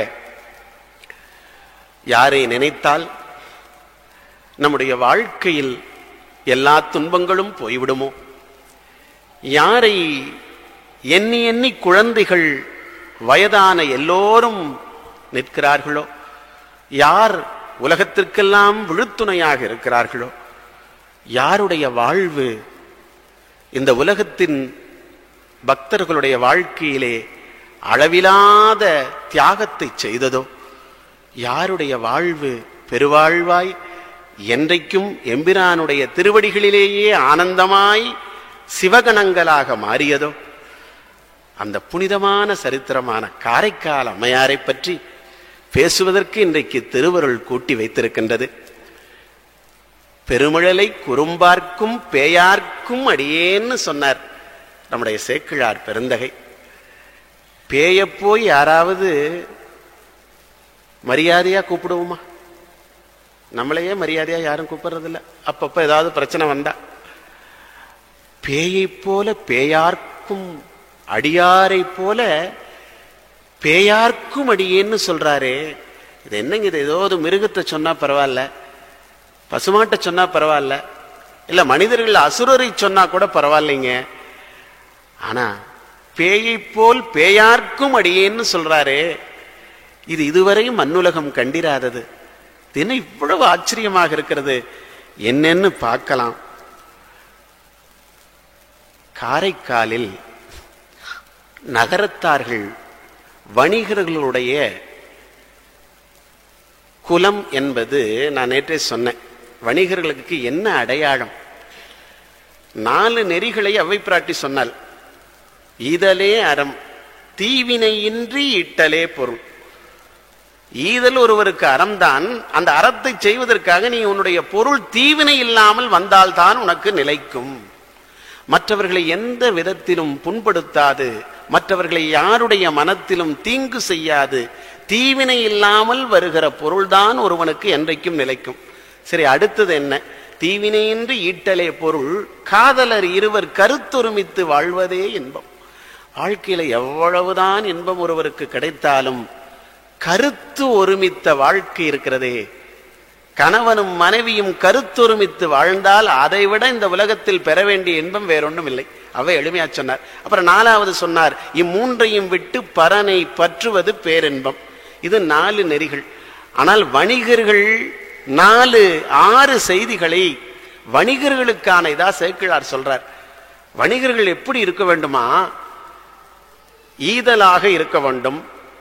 இல்லற வாழ்க்கையிலே அவர்கள் பசுவினை பாதுகாத்து வாழ வேண்டுமாம். பசுவுக்கு ரட்சணை செய்வது வணிகர்களுடைய இயல்பு. உழவு தொழில் செய்கின்றவர்களையும் நெசவு தொழில் செய்கின்றவர்களையும் வணிகர்கள் காப்பாற்றி அவர்களை ஆதரிக்க வேண்டுமா. விவசாயிகளிடத்திலே நேரடியாக சென்று காய்கறிகளை பெற வேண்டும் என்று சேக்கிழார் சொல்லி இருக்கிறார். என்ன ஒரு அற்புதம்! ஏன்னா அப்பதான் அவர்களுக்கு நல்ல விலை கிடைக்கும் என்பதை ஒரு காலத்தை உற்று நோக்குகின்ற கவிஞர்கள் வாழ்க்கையினுடைய பண்பாட்டை சொல்லி இருக்கிறார்கள். உழுதுண்டு வாழும் மக்களுக்கு எல்லாருக்கும் அவர்கள் ஆதரித்து வாழ வேண்டும், பசுவினை காப்பாற்றி வாழ வேண்டும். இவ்வளவெல்லாம் சிறப்போடு அவர்கள் இருந்த போதிலும் கூட இல்லறத்தில் ஒருவனுக்கு ஒருத்தி என்று அவர்கள் வாழ வேண்டும். அடுத்தது வேதம் ஓதுகின்ற அந்தணர்களை அவர்கள் பாதுகாக்க வேண்டும். ஏதோ ஒரு நேரத்திலேயாவது ஏதோ ஒரு வேள்விகளை செய்ய வேண்டுமாம். எதனால? 3 மழை இந்த நாட்டிலே பெய்யும். மும்மாரி மழைனா என்ன தெரியுமா? முறை செய்து காப்பாற்றும் மன்னவர்க்கு ஒரு மழை, கற்புடை பெண்டிற்கு ஒரு மழை. எப்படிப்பட்ட கற்புடை பெண்டிர்? தெய்வம் தொழாள் கணவன் தொழுதெழுவாள் பெய்யென பெய்யும் மழை. 3வது வேதமோதுகின்ற முறை செய்து காப்பாற்றும் மன்னவர்க்கு ஒரு மழை, கற்புடை பெண்டிற்கு ஒரு மழை, இன்னொன்று வேதம் ஓதுகிற அந்தனர்க்கு. வைதீக நெறியும் வேள்வியும் சிவனடியார்களுக்கு செய்கின்ற தொண்டும் இருக்கிற நாட்டில்தான் மாதம் மும்மாரி பொழியும். எந்த இடத்தில் மாதம் மும்மாரி பொழிவதற்கு தடை இருக்கிறதோ இந்த 3லே ஏதாவது ஒரு குறை இருக்கிறது என்று பொருள். அப்படி மும்மாரி பொழிய வேண்டும் என்பதற்காக ஒவ்வொரு வணிகனுடைய கடமை அந்தணர்களை ஆதரித்து சிவனடியார்களுக்கு அமுது செய்வித்து வேள்விகளை செய்ய வேண்டும் என்று சொல்கிறார். அப்படிப்பட்ட நகரத்தார் குலத்தில் முறையாக வணிகம் செய்து வாழ்ந்து வருகிற குலத்தில் தனதத்தன் ஒருத்தன். அவர் மிகப்பெரிய வியாபாரி. எல்லா பொருள்களையும் அந்த காலத்திலேயே நகரத்தார்கள்லாம் நமக்கு தெரியும். திரைகடலோடி திரவியம் தேடு என்று சொல்லுவார்கள். அவர்கள்லாம் அங்க போய் 8 திக்கிலும் சென்று என்னும் செல்வங்கள் கொணர்ந்து சேர்ப்பீரேன் நாம் பாரதி. அப்படி அங்க போய் வியாபாரம் செய்தவர்கள். அப்படிப்பட்ட அவருக்கு தனதத்தனுக்கு புனிதவதி என்கிற ஒரு பெண் குழந்தை பிறக்கிறது. அந்த பெண் குழந்தை ரொம்ப தவத்தோடு ஒரு குழந்தையை எப்படி வளர்க்க வேண்டும். அந்த அழைப்புதல கொடுக்கிற போதே சொன்னேன், எல்லோ பெற்றோர்களையும் அடுத்த தலைமுறையை அழைத்து வாருங்கள் என்று. எல்லா தலைமுறைகளுக்கும் ஏதுவாக இன்றைக்கு ஏறத்தாழ 10 குழந்தைகள் இங்கே வந்திருக்கிறார்கள். அவர்களோடு நம்முடைய கடவுள் வாழ்த்து பாடியவரும் தினமும் நம்முடைய கருவலூரிலே வந்திருக்கிற அந்த குழந்தை. இப்படி அடுத்த தலைமுறையினை முறையாக வளர்க்க வேண்டும் என்பதற்கு என்ன உதாரணம் தெரியுமா? அந்த குழந்தை 6 வயசுல அம்மானை ஆடுகிற போது நம்முடைய புனித விதியார் எப்படி சொல்லி ஆடினாராம். நான் முதல்லயே சொன்னேன் இல்லையா? கல்லா மனத்து கடைப்பட்ட நாயேனை வல்லாளன் தென்னன் பெருந்துரையான் விச்சதேற்றி கல்லை பிசைந்து கனியாக்கி தன் கருணை வெள்ளத்தழித்து வினை கடந்த வேதியனை தில்லை நகர்ப்புக்கும் சிற்றம்பலம் என்னும் ஒல்லை விடையானை பாடுதுங்கான் அம்மானாய் செங்கன் நெடுமாலும் சென்றிடந்தும் காண்பெரிய பொங்கும் மலர்பாதம் பூதலத்தே தந்தருளி எங்கள் பிறப்பறுத்திட்டு எந்தரமும் ஆட்கொண்டு தெங்கு திரள் சோலை தென்னன் பெருந்துரையான் அங்கனன் அந்தணன் அரைகூவி வீடருளும் அந்தணன் அங்கணனாய் அரைகூவி வீடருளும் தம்கருணைவார்களே பாடுதுங்கான் அம்மா. விளையாடுகிற போது கூட சிவ சிந்தனையோடு சிவனடியார்களையும் சிவபெருமானையும் வணங்குகிற அற்புதத்தோடு அந்த குழந்தை நாளொரு மேனியும் பொழுதொரு வண்ணமுமாக வளருகிறது. நேரமும் நாளொரு மேனியுமாக சென்று கொண்டிருக்கிறது. அதனால் திருமணம் பேச வேண்டிய கட்டாயத்திற்கு வந்துவிட்டோம். பக்கத்து ஊரில் இருக்கிற நாகப்பட்டினத்தில் இருக்கிற பரமதத்தனுடைய மகன் ஆகியிருக்கிற அந்த பரமதத்தனுடைய மகன் பரமதத்தன் அப்படிங்கிறவனுக்கு மகனை திருமணம் செய்து கொள்வதற்காக உறுதி செய்கிறார்கள். கடவுள் அமைத்து வைத்த மேடையில் இணைக்கும் கல்யாண மாலை பெற என்னாருக்கு என்னார் என்று எழுதி வைத்த அற்புதமான நிகழ்தாக திருமணம் ஊர் கூடி அத்துணை பேர்களுக்கும் ஒரு ஆனந்தத்தோடு அவ்வளவு அழகாக திருமணம் நடந்ததாம். எல்லோரும் ஊஞ்சலிட்டு வாழ்த்தினார்களாம். அந்த ஊஞ்சலில பாடினார்களாம். ஆடுகிற போது அந்த ஆட்டத்தில் நடனமாக அந்த ஊஞ்சல் மேல போய் கீழே வருது. ஏன் தெரியுமா? ஏற்றமோ இரக்கமோ, இன்பமோ துன்பமோ, உயரமோ தாழ்வோ, வாழ்க்கையில் ஒரு நொடி பகிராது நானும் நீனும் சீதையும் ராமனும் போல இந்த உலகத்தில் வாழக் கற்றுக்கொள்வோம் என்பதுதான் ஊஞ்சலுடைய சிறப்பு. காதார் குழையாட பைம்பூன் கலநாட கோதை குழலாட வண்டின் ஆட சீத புனலாடி சிற்றம்பலம் ஆடி ஜோதி திறம்பாடி சூழ்கொன்றை தார் பாடி வேத பொருள் பாடி அப்பொருளும் மா பாடி பேரித்து நம்மை வளத்தெடுத்த பை வளைதன் பாதத்திரம் பாடி பாய்ந்தாடேலோரெம்பாவாய் என்று அந்த அருமையான ஊஞ்சலை வச்சு பொன்னூஞ்சலும் கண்ணூஞ்சலும் ஆட அவர்களுடைய திருமணம் இனிதே நடக்கிறது.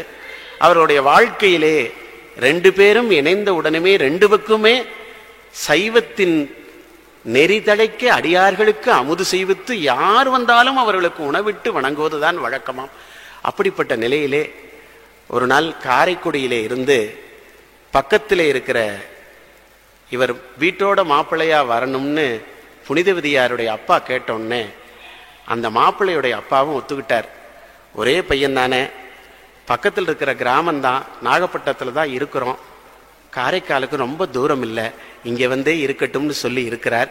அவரும் ஒரு வணிகம் தனியாக செய்கிறார். வீட்டோடு மாப்பிள்ளையா இருந்தாலும் மாமனாரோட வியாபாரம் செய்தால் அவ்வளோ நல்லா இருக்காது, அதனால தனியாக செய்கிறார். அப்படி மருமகன் செய்து கொண்டிருக்கிற போது ஒரு நாள் மாம்பழத்தை கொண்டு விளையாடல் ஆரம்பிக்கிறது. அங்க திருவிளையாடல் செய்ததை போல இங்கேயும் இறைவன் மாம்பழத்தை வைத்துத்தான் நாடகத்தை தொடங்குகிறார். 2 மாம்பழம் அவருடைய நண்பர்கள் கொண்டு வந்து புனிதவதியாருடைய கணவரிடத்தில் கொண்டு வந்து கொடுக்கிறார்கள். அப்படி கொடுத்த உடனே அந்த மாம்பழத்தை பார்த்துட்டு அந்த நண்பர்கள் சொன்னார்களாம், இது ரொம்ப அரிய மாம்பழம், ரொம்ப அரிய மாம்பழம், இது இறக்குமதி செய்யப்பட்டது, நாகப்பட்டினத்தினுடைய கடற்பகுதியில இருந்து இறக்குமதி செய்யப்பட்டது, அதனால இது ரொம்ப அரிய மாம்பழம்னு சொன்னார்கள். 2 மாம்பழத்தையும் ஒரு ஏவலாளை கொண்டு வந்து வீட்டில் கொண்டு வந்து கொடுக்கிறார். வீட்டில் கொண்டு வந்து கொடுத்த உடனே இதை வச்சிரு அப்படின்னு சொல்லி விடுறார். மத்தியானம் சாப்பிட்றதுக்காக வருகிறார். இரவும் சாப்பாட்டு நேரம் வந்துருச்சு, அப்போ மத்தியானம் சாப்பிடணும் இல்லையா? அப்படி வந்துட்டு அருமையா சாப்பிட்டு அந்த மாம்பழத்தை அவ கொடுக்க போறதுக்கு முன்னாடி சரியா 12 மணிக்கு கணவன் வீட்டுக்கு வர்றதுக்கு முன்னாடி ஒரு சிவனடியார் வருகிறார். அற்புதமான வேடம், சிவனடியார் வேடம். புனித்த புருவம், கொவ்வை செவ்வாயின் குமின் சிரிப்பு, பனித்த சடை, பவழம்போல் மேனியில் பால் வெந்நீரோடு அவர் இனித்தமுடைய எடுத்த பொற்பாதத்தை தாங்கிக் கொண்டு வீட்டுக்குள்ள வர்றார். இந்த திலகவதியார் யாம் பெற்ற பேர் என்று இருந்தோம்பியில் வாழ்வதெல்லாம் விருந்தோம்பி வேளாண்மை செய்த பொருட்டுன்னு திருவள்ளுவர் சொன்னார் இல்லையா? வித்தும் இடல் வேண்டும் கொல்லோ விருந்தோம்பி மிச்சில் மிசைவான் புலம்னு ஒரு அருமையான குரல். ஒருவன் விருந்தோம்பல் செய்தான் என்று சொன்னால் அவனுடைய வீட்டிலே செல்வம் முதலீடு இல்லாமல் தொழில் செய்து வந்த செல்வம் வருமா?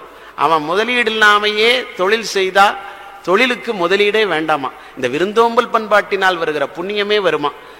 அப்படிப்பட்ட அந்த விருந்தோம்பலை செய்து இவள் என்ன நினைக்கிறார், 2 மாம்பழம் வீட்டுக்காரர் கொடுத்துட்டு இருக்கிறார், அவர் ஒண்ணுக்கு மேல சாப்பிட மாட்டார் அப்படின்னு சொல்லி ஒண்ணு எனக்காக தான் வச்சிருப்பாருன்னு நினைச்சிட்டு புனிதவதியார் அந்த மாம்பழத்தை எடுத்து விடுகிற போது அவர் திருவமுதை அறிவித்து எல்லா மங்களமும் உண்டாகுக என்று சொல்லி வாழ்த்தி விட்டு செல்கிறார்.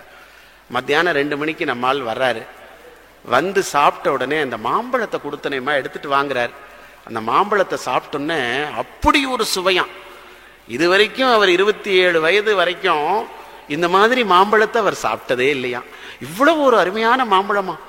சிலப்ப சமைக்கிற போது நமக்கு அப்படிதான் இருக்கும், இப்படி நான் 27 வருஷத்துல சாப்பிட்டதே இல்லையே, அவ்வளவு டேஸ்டா இருக்கு இன்னைக்கு என்ன அப்படின்னு சில நேரத்துல நமக்கு சில பேர் கேட்கலாம்.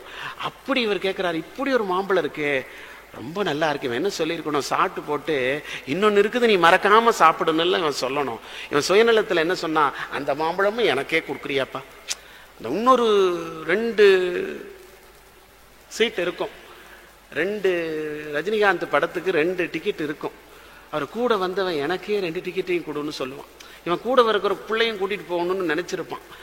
அப்படி எனக்கு இது வேண்டும், இன்னொரு பழம் வேண்டும், இவ்வளவு சுவையா இருக்கேன்னு நினைக்கிறார். அப்படி சுவையா இருக்கேன்னு சொன்ன இவர் என்ன செய்வார், என்ன செய்ய முடியும்? இவர் என்ன செய்கிறாராம், இவன் தான் எனக்கு வர வேண்டும் என்று நினைத்து இறைவனை பார்த்து வேண்டுகிறாராம். வணிகர்தம் பெரும் குலம் விளங்க வந்த அவள் இங்கிவன் குறித்த கொள்கை இனிது இவனுக்கு தாங்கிய வளர்ப்பு எனும் திசைகள் தாங்கி எங்கிய இறைவன் அவன் உனக்கொள்ளும் எண்ணம் சிந்தித்த காரணத்தினால் எம்மிறைவா எனக்கு கொடுக்க வேண்டும்னு சொன்னோன்னே, என்னங்க திடீர்னு இவர் கையில பார்த்தா ஒரு மாம்பழம் ஓடோடி வந்து கொடுக்கிறார். அந்த மாம்பழத்தை சாப்பிட்டோன்னே ஒரு மாதிரி ஆயிட்டான். மிந்தி சாப்பிட்டான் பாருங்க, அந்த 2ல் 1 சிவனடியார் சாப்பிட்டார், இன்னொன்னு இவன் சாப்பிட்டான். ரொம்ப நல்லா இருக்குதுன்னு சொன்னோன்னே அந்த சிவனடியார் சாப்பிட்ட ஒண்ணு இவன் இருக்குன்னு நினைச்சிட்டு கேட்டான் இல்லையா? அப்ப மொத்தம் எவ்வளவு ஆச்சு? 3 ஆச்சு. இந்த நேரத்தில் யாருக்காவது தூக்கம் வந்தா தூங்கிடுங்க, தப்பு இல்லை. நான் ஒரு அன்பர் கேட்டார், என்னங்க தப்பா எடுத்துக்காதீங்க, எனக்கு ரொம்ப அருமையா பேசுறீங்க, ரொம்ப அருமையா இருக்குதுங்க, இனிமையாவும் இருக்குது, கொஞ்சம் தூக்கம் வந்துருதுங்க, என்னங்க பண்றது அப்படின்னு. நான் அவர்கிட்ட சொன்னேன், அவர் இன்னைக்கு வரலன்னு நினைக்கிறேன், வீட்டிலேயே தூங்கிட்டு இருக்காருன்னு நினைக்கிறேன், அது பெட்டர்னு. அவர்கிட்ட சொன்ன, தப்பே இல்லைங்க, நீங்க தூங்குறீங்கன்னா எனக்கு ரொம்ப சந்தோஷம். 200 பேர் வந்திருக்கிறீங்க, 199 பேர் தூங்காம கேட்கறீங்க, நீங்க தூங்கி கேட்கறீங்களே, உங்க மேல எனக்கு இருக்கிற சந்தோஷம், எனக்கு சொற்பொழிவாற்றின பயன் கிடைச்சதுங்க. என்னங்க இப்படி சொல்றீங்க, ஏதாவது என்னை கிண்டல் பண்றீங்களான்னு கேட்டார். அப்படி இல்லைங்க, இந்த உலகத்திலேயே கொடுத்து வச்சவன் யாரு தெரியுமா? உட்கார்ந்த உடனே தூங்குறவனும் படுத்த உடனே போகிறவன் தான் கொடுத்து வச்சவங்க. வாழ்க்கையில் அவன் தூக்கம் வராத கஷ்டப்படுறான். என்னுடைய பேச்சுனால எவ்வளவு எளிமையா உங்களை தூங்க வச்சேன்னா, இதை விட புண்ணியம் என்னங்க? நிம்மதியா தூங்குறதை காட்டிலும் ஏதாவது புண்ணியம் அங்கே வந்ததுன்னா அது நான் கொடுத்தது இல்லை, சேக்கிழாரும் தில்லை சிற்றம்பலவாணனும் கொடுத்த அற்புதமப்பா அப்படின்னு சொன்னேன். அதனால இந்த மாம்பழக்காரருக்கு கேட்கிறப்ப யாராவது தூக்கம் வந்தா தாராளமா தூங்கிடுங்க, அதனால தப்பு இல்லை, நான் ஒன்றும் நினைச்சுக்க மாட்டேன். அப்படி சொன்ன உடனேயே இவ்வளவு அருமையான பலமா இவனுக்கு ஒரு மாதிரி ஆகி, இதுவரைக்கும் நான் வாழ்க்கையில கேள்விப்பட்டதில்லை, முதல்ல சாப்பிட்டதில்லைன்னா இப்ப சொல்றான் கேள்விப்பட்டது கூட இல்லை அப்படின்னு சொல்லிட்டு, இது இவ்வளவு அருமையான பழமாக இருக்கிறதே, நீ முன்னமே கொடுத்தியே, அந்த பழத்திற்கும் இதற்கும் வித்தியாசம் இருக்கிறது. மறுபடியும் சொல்றேன், 2 பழம் கொடுத்தான், ஒரு பழத்தை அடியாருக்கு கொடுத்தாச்சு, இன்னொரு பழம் இவன் சாப்பிட்டான், இன்னொரு பழம் கேட்டான், அது சாமி கொடுத்துட்டார் இந்த அம்மாட்ட. இவன் சொல்றான், அந்த 2வது பழம் இருக்குது பாருங்க, இவன் நினைச்ச அந்த அடியார் சாப்பிட்டதான் அந்த 2வது பழம், முதல் பழமா நினைச்ச 2வது பழம், அந்த பழத்துக்கும் இந்த 3வது பழத்துக்கும் வித்தியாசம் இருக்குன்னா புரிஞ்சுட்டான் இவன். ஏன்னா கொஞ்சம் சூடு ஜாஸ்தி, அந்த மாதிரி. ஏன்னா வணிகர், ஒரு வெற்றியாளனான வணிகர் அல்லவா, அது மாமனார் வீட்டோட இருக்கிற மாப்பிள்ளை அல்லவா, அதனால இன்னும் கொஞ்சம் சூடு ஜாஸ்தி. அவன் என்ன பண்ணான், அப்பா இந்த மாதிரி டேஸ்ட் நான் பார்த்ததே இல்லை, இது என்னன்னு கேட்டான். அவனுக்கு சந்தேகம் வந்தது, இது என்னன்னு கேட்டான். எப்படி இருக்கும்? இதுவரை அந்த 2வது பழத்தை அடியார்களுக்கு இட்டேன் என்றோ அல்லது அடியார்கள் சாப்பிட்டு விட்டு எனக்கு இந்த இறைவன் தந்தது என்றோ சொல்லவில்லை. இனி சொன்னால், முதலில் சொன்னால் இனி சந்தேகத்திற்கான வாய்ப்பு அதிகம். ஏன்னா முதல்ல சொல்லியிருக்கணும். இப்ப இவ்வளவு நடந்தது பிறகு சொன்னால் நம்முடைய இல்வாழ்க்கையினுடைய நெறிக்கு ஏதாவது பழுது அடைந்து விடுமேன்னு அச்சப்பட்டாங்களா அவங்க உடனே சொன்னாங்களாம், சொல்வதும் இரு கொள்ளி தலையிட்ட எறும்பு போல, அதாவது 2 கொள்ளியில இடப்பட்ட எறும்பு போல தவித்தார்களாம். அப்புறம் சொன்னார்களாம், எம்பெருமான் மேல் பாரத்தை போட்டுவிட்டு செய்வது ஒன்றும் சிவன் பாரத்தில் அன்றுள்ளார்னு நம்ம படிச்சோம் இல்லையா? எம்பெருமான் மேல் பாரத்தை போட்டு விட்டு நடந்ததை எல்லாம் சொல்லிவிட்டார்கள். உடனே உனக்கு ஒரு கோபமும் அச்சமும் ஆச்சரியமும் கலந்தோடு இன்னொன்னு கேட்டான், அப்படி உன் பெருமான் உனக்கு அந்த கனியை அணிந்திருக்கிறார்கள், கொடுத்திருக்கிறார்கள் என்று சொன்னால் இன்னொரு கனி கொடுப்பியான்னு கேட்டான். போய் அந்த நாதனை வேண்ட. இன்னொரு கனி உடனே கிடைக்கிறது, 4வது கனியும் வருகிறது. வந்த உடனே அவன் முடிவு பண்ணிட்டான், அச்சோ இது நமக்கு இந்த அம்மாவுக்கு நீ சரி வராது, இந்த அம்மா நம்ம நினைக்கிற மாதிரி இல்லை. சிலப்ப பேசுறவ பார்த்தா எப்படி இருக்கும், அப்பா எங்கிருந்துதான் அந்த அறிவு வந்ததோ, இனி நமக்கு உனக்கும் சரி வராதப்பா. வள்ளலாறு 3வது படிச்சாரு. 3வது படிச்சு அவர் அண்ணார்கிட்ட சண்டை பிடிச்சாரு. அண்ணார் போய், தம்பிய இதைப்படி அதைப்படி, அதை கத்துக்கோ இதை கத்துக்கோ, ஸ்கூலுக்கு போன்னு. அவர் நான் எனக்கு வேண்டாங்க எனக்கு அப்படின்னு சொல்லி பார்த்தாரு. முடியாம தரன்னு கொண்டே விட்டாங்க. அன்னைக்கு நாள் பார்த்து ஃபர்ஸ்ட் இலக்கண வகுப்புக்கு வாத்தியார் வந்தார். வந்து சொன்னாரு, ஓதாமல் ஒரு நாளும் இருக்க வேண்டாம், ஒருவரையும் பொல்லாங்கு சொல்ல வேண்டாம் அப்படின்னு பாடம் நடத்தினார். வள்ளல் சுவாமிகள் கருவிலேயே ஞானமுடையவர், கருவாக கிடந்து உன் கழலே நினையும் கருத்துடையவர் அவர். அந்த வள்ளல் ராமலிங்க சுவாமிகள் என்ன சொன்னாரு, அவர் கொஞ்சம் இப்படியெல்லாம் பார்த்தோம்னா அவர் இலக்கண வாத்தியாரை பார்த்தா கொஞ்சம் கோபம் வந்துருச்சு அவருக்கு. எல்லாருக்குமே கோபம் வர்ற இடம் இலக்கண வாத்தியார், தமிழ் வாத்தியார் தான். அதனால அவர் இலக்கண வாத்தியாரை பார்த்து சொன்னாரு, எழுந்திருச்சு சாமி, ஐயா மன்னிக்க வேண்டும், நீங்க சொன்னீங்க ஓதாமல் இருக்க வேண்டாம், அதுக்கு என்னப்போ கம்முனுக்கும் அந்த கேளுன்னார். எப்போது வாத்தியார் சொல்ற மாதிரி. அது ஒன்றும் இல்லைங்க, யாரு சொன்னது, இது அவையார் சொன்னது, எனக்கு கொஞ்சம் கஷ்டமா இருக்குது, இதுல என்ன அடிக்கடி வேண்டாம் வேண்டாம் வேண்டாம். சில பேர் பேசுறப்ப எல்லாமே எதிர்மறையாவே பேசுவான். ஒரு காய் வாங்க போனா இருக்கான்னு கேட்டா, இன்னைக்கு கொஞ்சம் தீந்து போச்சுன்னு பரவாயில்லன்னு சொன்னா முடிஞ்சுங்கம்பா, இதோட முடிஞ்சிச்சம்மா. அது என்ன அடுத்த நாளும் காய் வந்து விற்கலாம் இல்ல. அந்த மாதிரி வேண்டாம் வேண்டாம் வேண்டான்னே சொல்லிட்டு இருந்தோம்னா வள்ளல் பெருமான் கேட்டார், கொஞ்சம் வேண்டாம் வேண்டான்னு சொல்றீங்க. காதை பிடிச்சி திருகுனார். வலிச்சுதான் அவருக்கு. எதுக்குங்க அடிக்கிறீங்க அப்படின்னாரு. சில பேர் வாத்தியாருக்கு பதில் சொல்ல தெரியலன்னா பையனை போட்டு அடிப்பான். புருஷனுக்கும் பதில் சொல்ல தெரியலன்னா பையனை போட்டு அட்டின்னு அடிப்பாளே அம்மா, அந்த மாதிரி அந்த வாத்தியார் போட்டு அட்டின்னு அடிச்சாரு. சொன்ன, என்ன இப்படி சொல்ற, வேண்டாம் வேண்டாம்னு சொல்றக்கு எனக்கே நீ பதில் சொல்ல வந்துட்டியா, சரி அப்படின்னு. இல்லைங்க வேண்டான்னு சொல்லுங்க. உடனே கேட்டாரு, என்ன இப்படி பேசுற திருப்பி திருப்பி, உனக்கு வேண்டாம்னு சொல்லாம ஒரு பாட்டை பாட முடியுமான்னு கேட்டார். சுவாமிகள் கருவிலே திருவுடையவர் அல்லவா, எம்பெருமானை நினைத்தார். முருகப்பெருமானை, கந்தகோட்டத்தில் இருக்கிற முருகப்பெருமானை நினைத்து, ஒருமையுடன் எனது திருமலரடி நினைக்கின்ற உத்தமதம் உறவு வேண்டும், உத்தமதம் உறவு வேண்டும், உள்ளொன்று வைத்து புறமொன்று பேசுவார் உறவு கலவாமை வேண்டும், பெருமை பெறும் நினது புகழ் பேச வேண்டும், பொய்மை பேசாதிருக்க வேண்டும், பெருநெறி பிடித்தொழுக வேண்டும், மதமான பேய் பிடியாதிருக்க வேண்டும், மதி வேண்டும் நின் கருணை நிதி வேண்டும், நோயற்ற வாழ்வில் நான் வாழ வேண்டும், மதி வேண்டும் நின் கருணை நிதி வேண்டும், நோயற்ற வாழ்வில் நான் வாழ வேண்டும், தருமமிகு சென்னையில் கந்தகோட்டத்துள் வளர் தலமோங்கு கந்தவேலே, சண்முகத்துய்யமணி உன்முகச் செய்வமணி சண்முகத் தெய்வமணியே என்று வேண்டும் வேண்டும் வேண்டும் என்று பாடினாராம். வாத்தியார் சொன்னார். ஆடி போயிட்டார் அவர். என்ன சொன்னா தெரியுமாப்பா, இனி நம்ம ஸ்கூலுக்கும் உனக்கும் ஒத்து வராதப்பா, நமக்கும் உனக்கும் ஒத்து வராது, உங்க அண்ணன் கிட்ட நானே வந்து சொல்லி விட்டுட்டு வரேன், நீ கொஞ்சம் கல்விச்சாலைக்கு வர வேண்டாம் என்று சொன்னாரே. அப்படி இவன் முடிவு பண்ணிட்டான். இது சாதாரண பெண் அல்ல, சாதாரணமா சண்டை போட்டு இருக்கிற பெண் அல்ல, சாதாரண அற்புதம் இல்லை, இது பெரிய, அதாவது விழிக்கு அருளுண்டு எங்கள் அபிராமவல்லிக்குன்னு சொன்னாரே, அந்த விழிகளிலேயே இதற்கு அருள் உள்ளவள், இவளுடைய வாழ்க்கையிலே அருள் உள்ளவள் என்று தெரிந்து கொண்டு என்ன பண்ணா, அந்த அம்மாவை இங்கே வச்சுட்டு நான் பக்கத்துல போய் ஏற்றுமதி வியாபாரத்துக்காக நான் போறேன்னு சொல்லி அந்த அம்மாட்ட ஒண்ணுமே சொல்லல, கிளம்பிட்டான். கிளம்பி வெளிநாடு போயிட்டு ஒரு 6 மாசம் 7 மாசம் ஆச்சு, வரவே இல்லை. அவன் அளவற்ற செல்வங்களை கொண்டு என்ன பண்ணானா, பக்கத்தில் இருக்கிற பாண்டியில, மதுரைக்கு பக்கத்தில் இருக்கிற குலசேகரப்பட்டணத்துங்கிற ஊர்ல உட்கார்ந்துட்டு அவன் அப்படியே வணிகம் பண்ணி அருமையா இருந்தான். இன்னொரு கல்யாணம் பண்ணிட்டு அதுக்கு பிறந்த குழந்தைக்கு என்ன பேர் வச்சானா, புனித விதின்னு பேர் வச்சானா. அப்ப இவர் என்னவா நினைச்சிருக்கிறார், என்னவாக நினைத்தார், எல்லோரும் இவ்வளவு நாள் வரலையேன்னு சொல்லி நிறைய பேருக்கு தெரிஞ்சிருச்சு. முதல்ல நம்ம என்ன பண்றோம்ங்கிறது நம்ம உறவினர்களுக்கு நல்லா தெரியும். எங்க போய் இருந்தாலும் கூட கண்டுபிடிச்சு விடுவார்கள். அங்க இருக்கிற உறவினர்கள்லாம் அழகா போய் கண்டுபிடிச்சிட்டாங்களாம், பக்கத்துல இருக்காங்கன்னு எல்லாரும் சேர்ந்து அவரை போய் பார்க்கிறார்கள். பார்த்து ஊருக்கு குலசேகரப்பட்டணத்துக்குள்ள வந்துட்டாருன்னு தெரிஞ்சோன்னா அவனுக்கும் தெரிஞ்சிருச்சு. அவன் என்ன பண்ணானா, தன்னுடைய மனைவியையும் தன்னுடைய குழந்தையை அழைத்து வந்து தானே நேரிலே வந்து அவளை பார்த்தவுடன் சாஷ்டாங்கமாக காலிலே விழுந்தாராம்.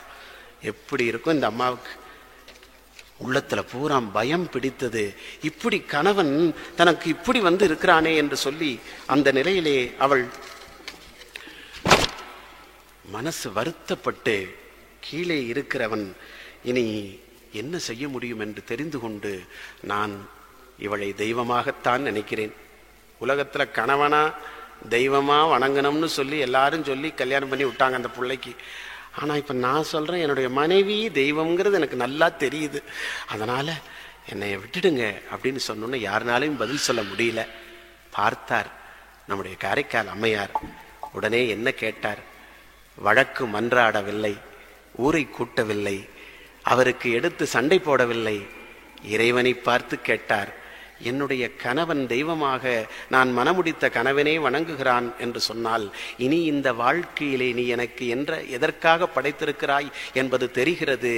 இந்த மனிதகுல வாழ்க்கையிலே இனி இல்லறத்திலே வாழ இருக்கின்ற தசைகள் பொருந்திய பெண்களுக்கே உரிய அந்த இலக்கணத்தோடு அமைந்த உடல் எனக்கு வேண்டாம் என்று சொல்லி என்ன கேட்டாராம்? எனக்கு எலும்பு உரிவான பேயுருவை தர வேண்டும். இங்கிவன் குறித்த கொள்கை இது இனி இவனுக்காக தாங்கிய வனப்பு நின்ற தசை பொதி கழிந்து இங்கே உன்பால் ஆங்குனின் தாள்கள் போரில் அடியேனுக்கு பேய்வடிவு பாங்குற வேண்டுமென்று திருவடியை வணங்கினாராம். யாராவது உலகத்துல பேய்வடி கேட்பாங்களா? உலகத்துல நினைத்து பாருங்கள், எந்த சூழ்நிலை வந்தாலும் இந்த மனித உடம்பு போய் பேய் வடிவு வாங்க வேண்டும் என்று யாராவது நினைப்பார்களா? கோபம் வந்தா அவரை அறியாம அவங்களுக்கு அந்த பேய் வடிவு வரும், அது வேற விஷயம். ஆனா விரும்பி யாராவது கேட்பாங்களா? கேட்கவே மாட்டாங்க. இந்த அம்மா கேட்டார்கள். உடனே இறைவன் அதை கொடுக்கிறானாம். எல்லோரும் அண்டர நாயகன் அருளினால் பேய் வடிவு வேண்டி பெறுகிறார் நம்முடைய அம்மையார். அந்த நேரத்தில் அற்புதமாக எல்லோரும் பயந்து ஓடினார்களாம். மேலே இருந்து தேவர்கள் வந்தார்களாம். 33 கோடி தேவர்கள் வந்தார்கள். சிவகணங்கள் எல்லோரும் வந்தார்களாம். சிவகணங்களில் நமக்கு ஒருவர் வந்திருக்கிறார் என்று இவரை தரிசிப்பதற்கு வந்தார்களாம். இந்த பேய் வடிவோடு என்ன நினைத்தாராம்? இந்த உலகத்தில் எனக்கு எல்லோரும் ஒதுங்கி போன போது அவர் சொன்னாராம், எம்பெருமான் திருவடிகளிலே நினைந்து எனக்கு கொடுத்திருக்கிற பேய் வடிவு மானுடர்களுக்கு ஏதாவது அசௌரியம் ஏற்பட்டால் நான் என்ன செய்வேன்? இதனால் எந்த பயனும் இல்லை என்று சொல்லி கைலாயத்திற்கு போகணும்னு நினைச்சாராம். அந்த கைலாயத்திற்கு போகணும் எப்படி நடந்தார்களாம்? அண்டர நாயகனை பார்ப்பதற்காக இந்த அம்மா எப்படி நடந்தார்களாம்?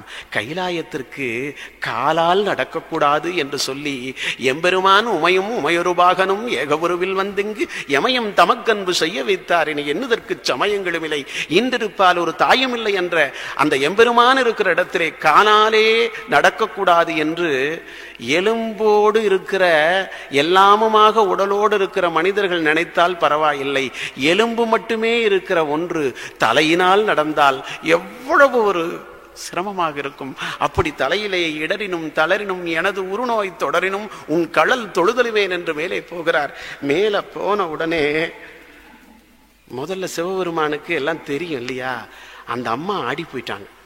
பெண் குலத்திலே இருக்கிற உமையவள் தான் இந்த உலகத்திலேயே உயிர்ப்பாக இருக்கிறவள், இந்த உலகத்தை பேணி காக்கிறவள், அகிலாண்ட கோடி பிரம்மாண்ட நாயகி, கன்னியன மரவேசும் ஆனந்த ரூபமயிலவள், உலகமெல்லாம் அகிலமெல்லாம் என்ற பின்னும் கன்னியன மரவேசும் ஆனந்த ரூபமயில். பெண்களின் வீரம், பெண்களின் கலைமகள், பெண்களின் திருமகள் எல்லாவற்றையும் நிறைந்த அந்த உமையவள் தன்னை இழந்து ஆச்சரியப்பட்டு போனாளாம். யார் இவர்? பேய் வடிவிலே கொண்டு வருகிற பேணி வருகிற யார் இவள் என்று கேட்டபோது என்ன சொல்லியிருக்கணும்? அருமையாக சொல்கிறார் சேக்கிழார். அந்த பெருமான் சொன்னாராம், வரும் இவள் நம்மை பேணும் அம்மைகான், வரும் இவள் நம்மை பேணும் அம்மைகான். பேய் வடிவு வேண்டி பெருமை சேர் இவ்வடிவம் வேண்டி பெற்றான் என்று பின்னரும் அருகு வந்தணைந்து அம்மையே எனும் செம்மை ஒரு மொழி உலகமெல்லாம் உய்யவே அருளி செய்கிறார். எம்பெருமான் என்ன சொன்னாராம்? வந்த இவள் அடியார் அல்ல, வந்த இவள் காரைக்காலிலே இருந்து வந்திருக்கிற ஒரு திருமதியாக இருக்கிற அந்த புனிதவதி அல்ல. வந்த இவள் என்ன செய்தால் தெரியுமா? பேய் வடிவு வேண்டி பெற்றாள். பேய் வடிவு என்பது பூதங்கணங்களின் வடிவை. இவள் வாழ்க்கையில் உனக்கு என்ன வேண்டும் என்று கேட்டபோது எனக்கு இதுதான் வேண்டும் என்று வேண்டி பெற்றால், இந்த உலகத்தில் விஷ்ணுவை படைத்திருக்கிற தெய்வம் ஒன்று, ஆனால் சிவனை படைத்த தாய் என்பவள் இந்த உலகத்தில் இல்லை. ஏனென்றால் போக்கும் வரவும் உள்ளும் புறமும் வாக்கும் மனமும் இல்லாத ஒன்றானவன் அவன். அவன் மறைகடந்த வேதியன், பிறப்பும் இறப்பும் இல்லாதவன், வினைகளை கடந்த மும்மலன். அவனுக்கு பிறவி ஏதப்பா, இறப்பு ஏதப்பா, எல்லாம் கடந்த ஒருவன் நான். ஆனால் எனக்கு ஒரு தாய் இருக்கிறாய் என்று நீ தெரிந்து கொள், அவள்தான் இந்த காரைக்கால் அம்மையார் என்று சொல்லி வருமிவள் என்னை பேணினாள். என்ன அருமையான வார்த்தை! என்னை பேணும் அம்மையேகான். ஏன் தெரியுமா? சிவபெருமான் அதை சொன்னார். தனக்கு மட்டுமல்ல, தான் அடியாராக போன போது பசித்த நேரத்தில் அமுது கொடுத்தாளே இவள். கணவன் இல்லாத நேரத்திலே கூட கணவன் கொடுத்திருக்கிற மாங்கனியை பெற்றுக்கொண்டு அமுது செய்வித்தாளே இவள். நம்மை பேணுகிறவள். பசிக்கிற நேரத்தில் என்னை விட என்னுடைய குழந்தைகளாக இருக்கிற சிவனடியார்களுக்கு, மகான்களுக்கு, தபசிகளுக்கு இந்த நேரத்தில் அமுது அளித்தாள் அல்லவா? தாயை தவிர அமுதளிப்பதற்கு இந்த உலகத்திலே யார் இருக்கிறார்கள்? இவள் நம்மை பேணும் அம்மையேகான் என்று சொன்ன போது அழுது விட்டாளாம் உமையவள். கேட்டு எப்படி காலாலே நடந்து வந்தவரை பக்கத்துல போய் சொன்னாராம். தம் அருகு அணைந்து அம்மையே என்று வணங்கி, உனக்கு இப்ப என்ன வரம் வேண்டும்னு கேட்டாராம். என்ன சொல்லியிருப்போம்? மறுபடியும் போய் அவனுக்கு பாடம் கற்பிக்கணும். இந்த புருஷனுக்கு என்னை தெய்வம்னு சொல்லி போட்டா எல்லாம் நம்ம வாழ்க்கையில் எனக்கு மறுபடியும் அந்த வேணும், அவனுக்கு வேணும், எனக்கு சொத்து வேண்டும், சுகம் வேண்டும். சரி, உன்னை பார்த்து விட்டாச்சு, நீ மறுபடியும் மனித வேண்டும்னு கேட்டிருக்கலாம். என்ன கேட்டாராம்? ரொம்ப அருமையாக நம்முடைய சேக்கிழாரும் நம்முடைய காரைக்கால் அம்மையார் கேட்கிறார். இரவாத இன்ப அன்பு வேண்டி பின்னும் வேண்டுகின்றான். இரவாத இன்ப அன்பு வேண்டி பின்னும் வேண்டுகிறார். பிறவாமை வேண்டும், பிறவாமை வேண்டும், பிறவாமை வேண்டும், மீண்டும் பிறப்புண்டேல் உனையென்றும் மறவாமை வேண்டும், மீண்டும் பிறப்புண்டேல் உனையென்றும் மறவாமை வேண்டும், இன்னும் வேண்டும் நான் மகிழ்ந்து பாடி அரவாரின் ஆடும்போது உன் அடியின் கீழ் கிடக்க. அரவா மகிழ்ந்து பாடி இன்னும் வேண்டும், நீ ஆடும்போது உன் அடியில் கிடக்க. எனக்கு அன்பு வேண்டும். அந்த அன்பு கணவன் மனைவியிடத்திலே இருக்கிற ஒரு வாழ்க்கையினுடைய அன்பாக இருக்கக்கூடாது. அது வாழுகிற காலம் வரை அந்த அன்பு நிலைக்கும். பொருள் கேட்கிறோம் ஒருவரிடத்தில், அவரிடத்திலே அன்பு செலுத்துகிறோம். அந்த அன்பு பொருள் பெறுகிற வரை இருக்கும். குழந்தை மேல் அன்பு செலுத்துகிறோம், அந்த பையனுக்கு திருமணமாகிற வரை அன்பு இருக்கும். அப்புறம் நம்ம அன்பு செலுத்த முடியாது. அன்பு செலுத்துறதுக்கு இன்னொரு ஆள் உரிமைக்கு வந்து விடுவார்கள். இந்த உலகத்திலே மனிதர்கள் செலுத்துகிற அன்பு இருக்கிறதே, அதற்கு ஒரு எல்லை உண்டு, அதற்கு பிறப்பும் உண்டு, முடிவும் உண்டு. ஆனால் எனக்கு என்ன வேண்டும் தெரியுமா?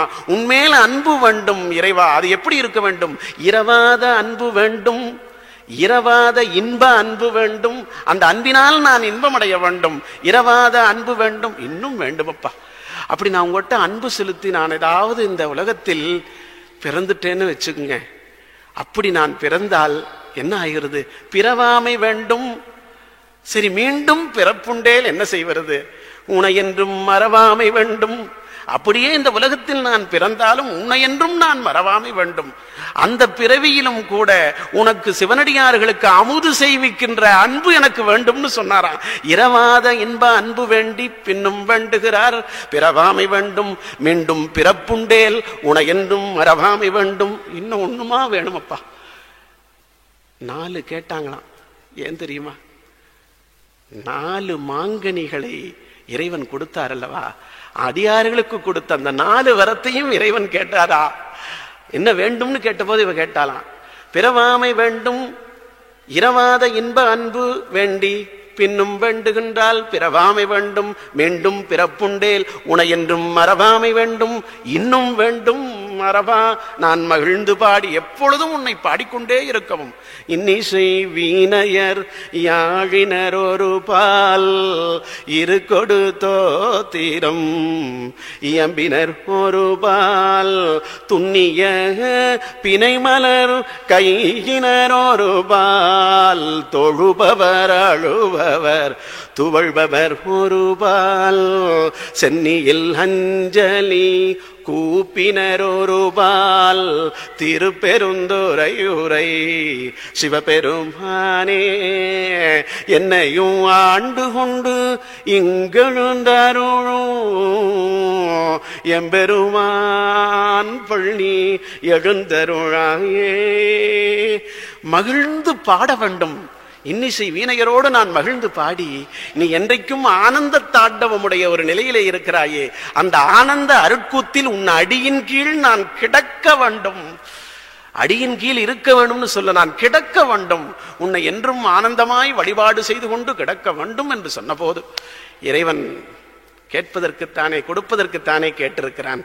அதனால் நீ திருவலங்காட்டுக்கு செல், அங்கே உனக்கு ஊர்த்துவத்தாண்டவ காட்சி காட்டுவோம் என்று சொல்ல அம்மையார் திருவாலங்காட்டிற்கு மீண்டும் அந்த திருவாலங்காட்டிற்கு கூட தலையாலேயே நடந்து வந்து எம்பெருமானுடைய ஊர்த்துவத்தாண்டவ காட்சியிலே என்றும் சிவபெருமானுடைய அடியின் கீழ் கிடக்கிற பாக்கியத்தை பெற்றவர்கள் சிவகணங்கள். அந்த சிவகணங்களில் ஒன்றாக நின்று என்றைக்கும் சிவப்பரம்பொருளோடு, சிவப்பரம்பொருள் என்பது என்றைக்கும் பரம்பொருளாய் ஆதியும் அந்தமும் இல்லாத ஜோதியாய் ஜொலிர்வது, அந்த ஜோதியாய் நடந்த பெண் வடிவத்திலே பேய் வடிவு கேட்டு பெற்ற காரைக்கால் அம்மையாருடைய திருவருளினால் எல்லாரும் எல்லா நலமும் பெற்று பெருவாழ்வு வாழ வேண்டும் என்று அந்த பெரியவனை வணங்கி வான்முகில் வழாது பெய்க மலிவளம் சுரக்க மன்னன் கொன்முறை அரசு செய்க குறைவினாது உயிர்கள் வாழ்க நான்மறை அறங்கள் ஓங்க நற்றவம் வேள்வி மல்க மென்மைகொள் சைவநீதி விளங்குக உலகமெல்லாம் வாழிய நலம்.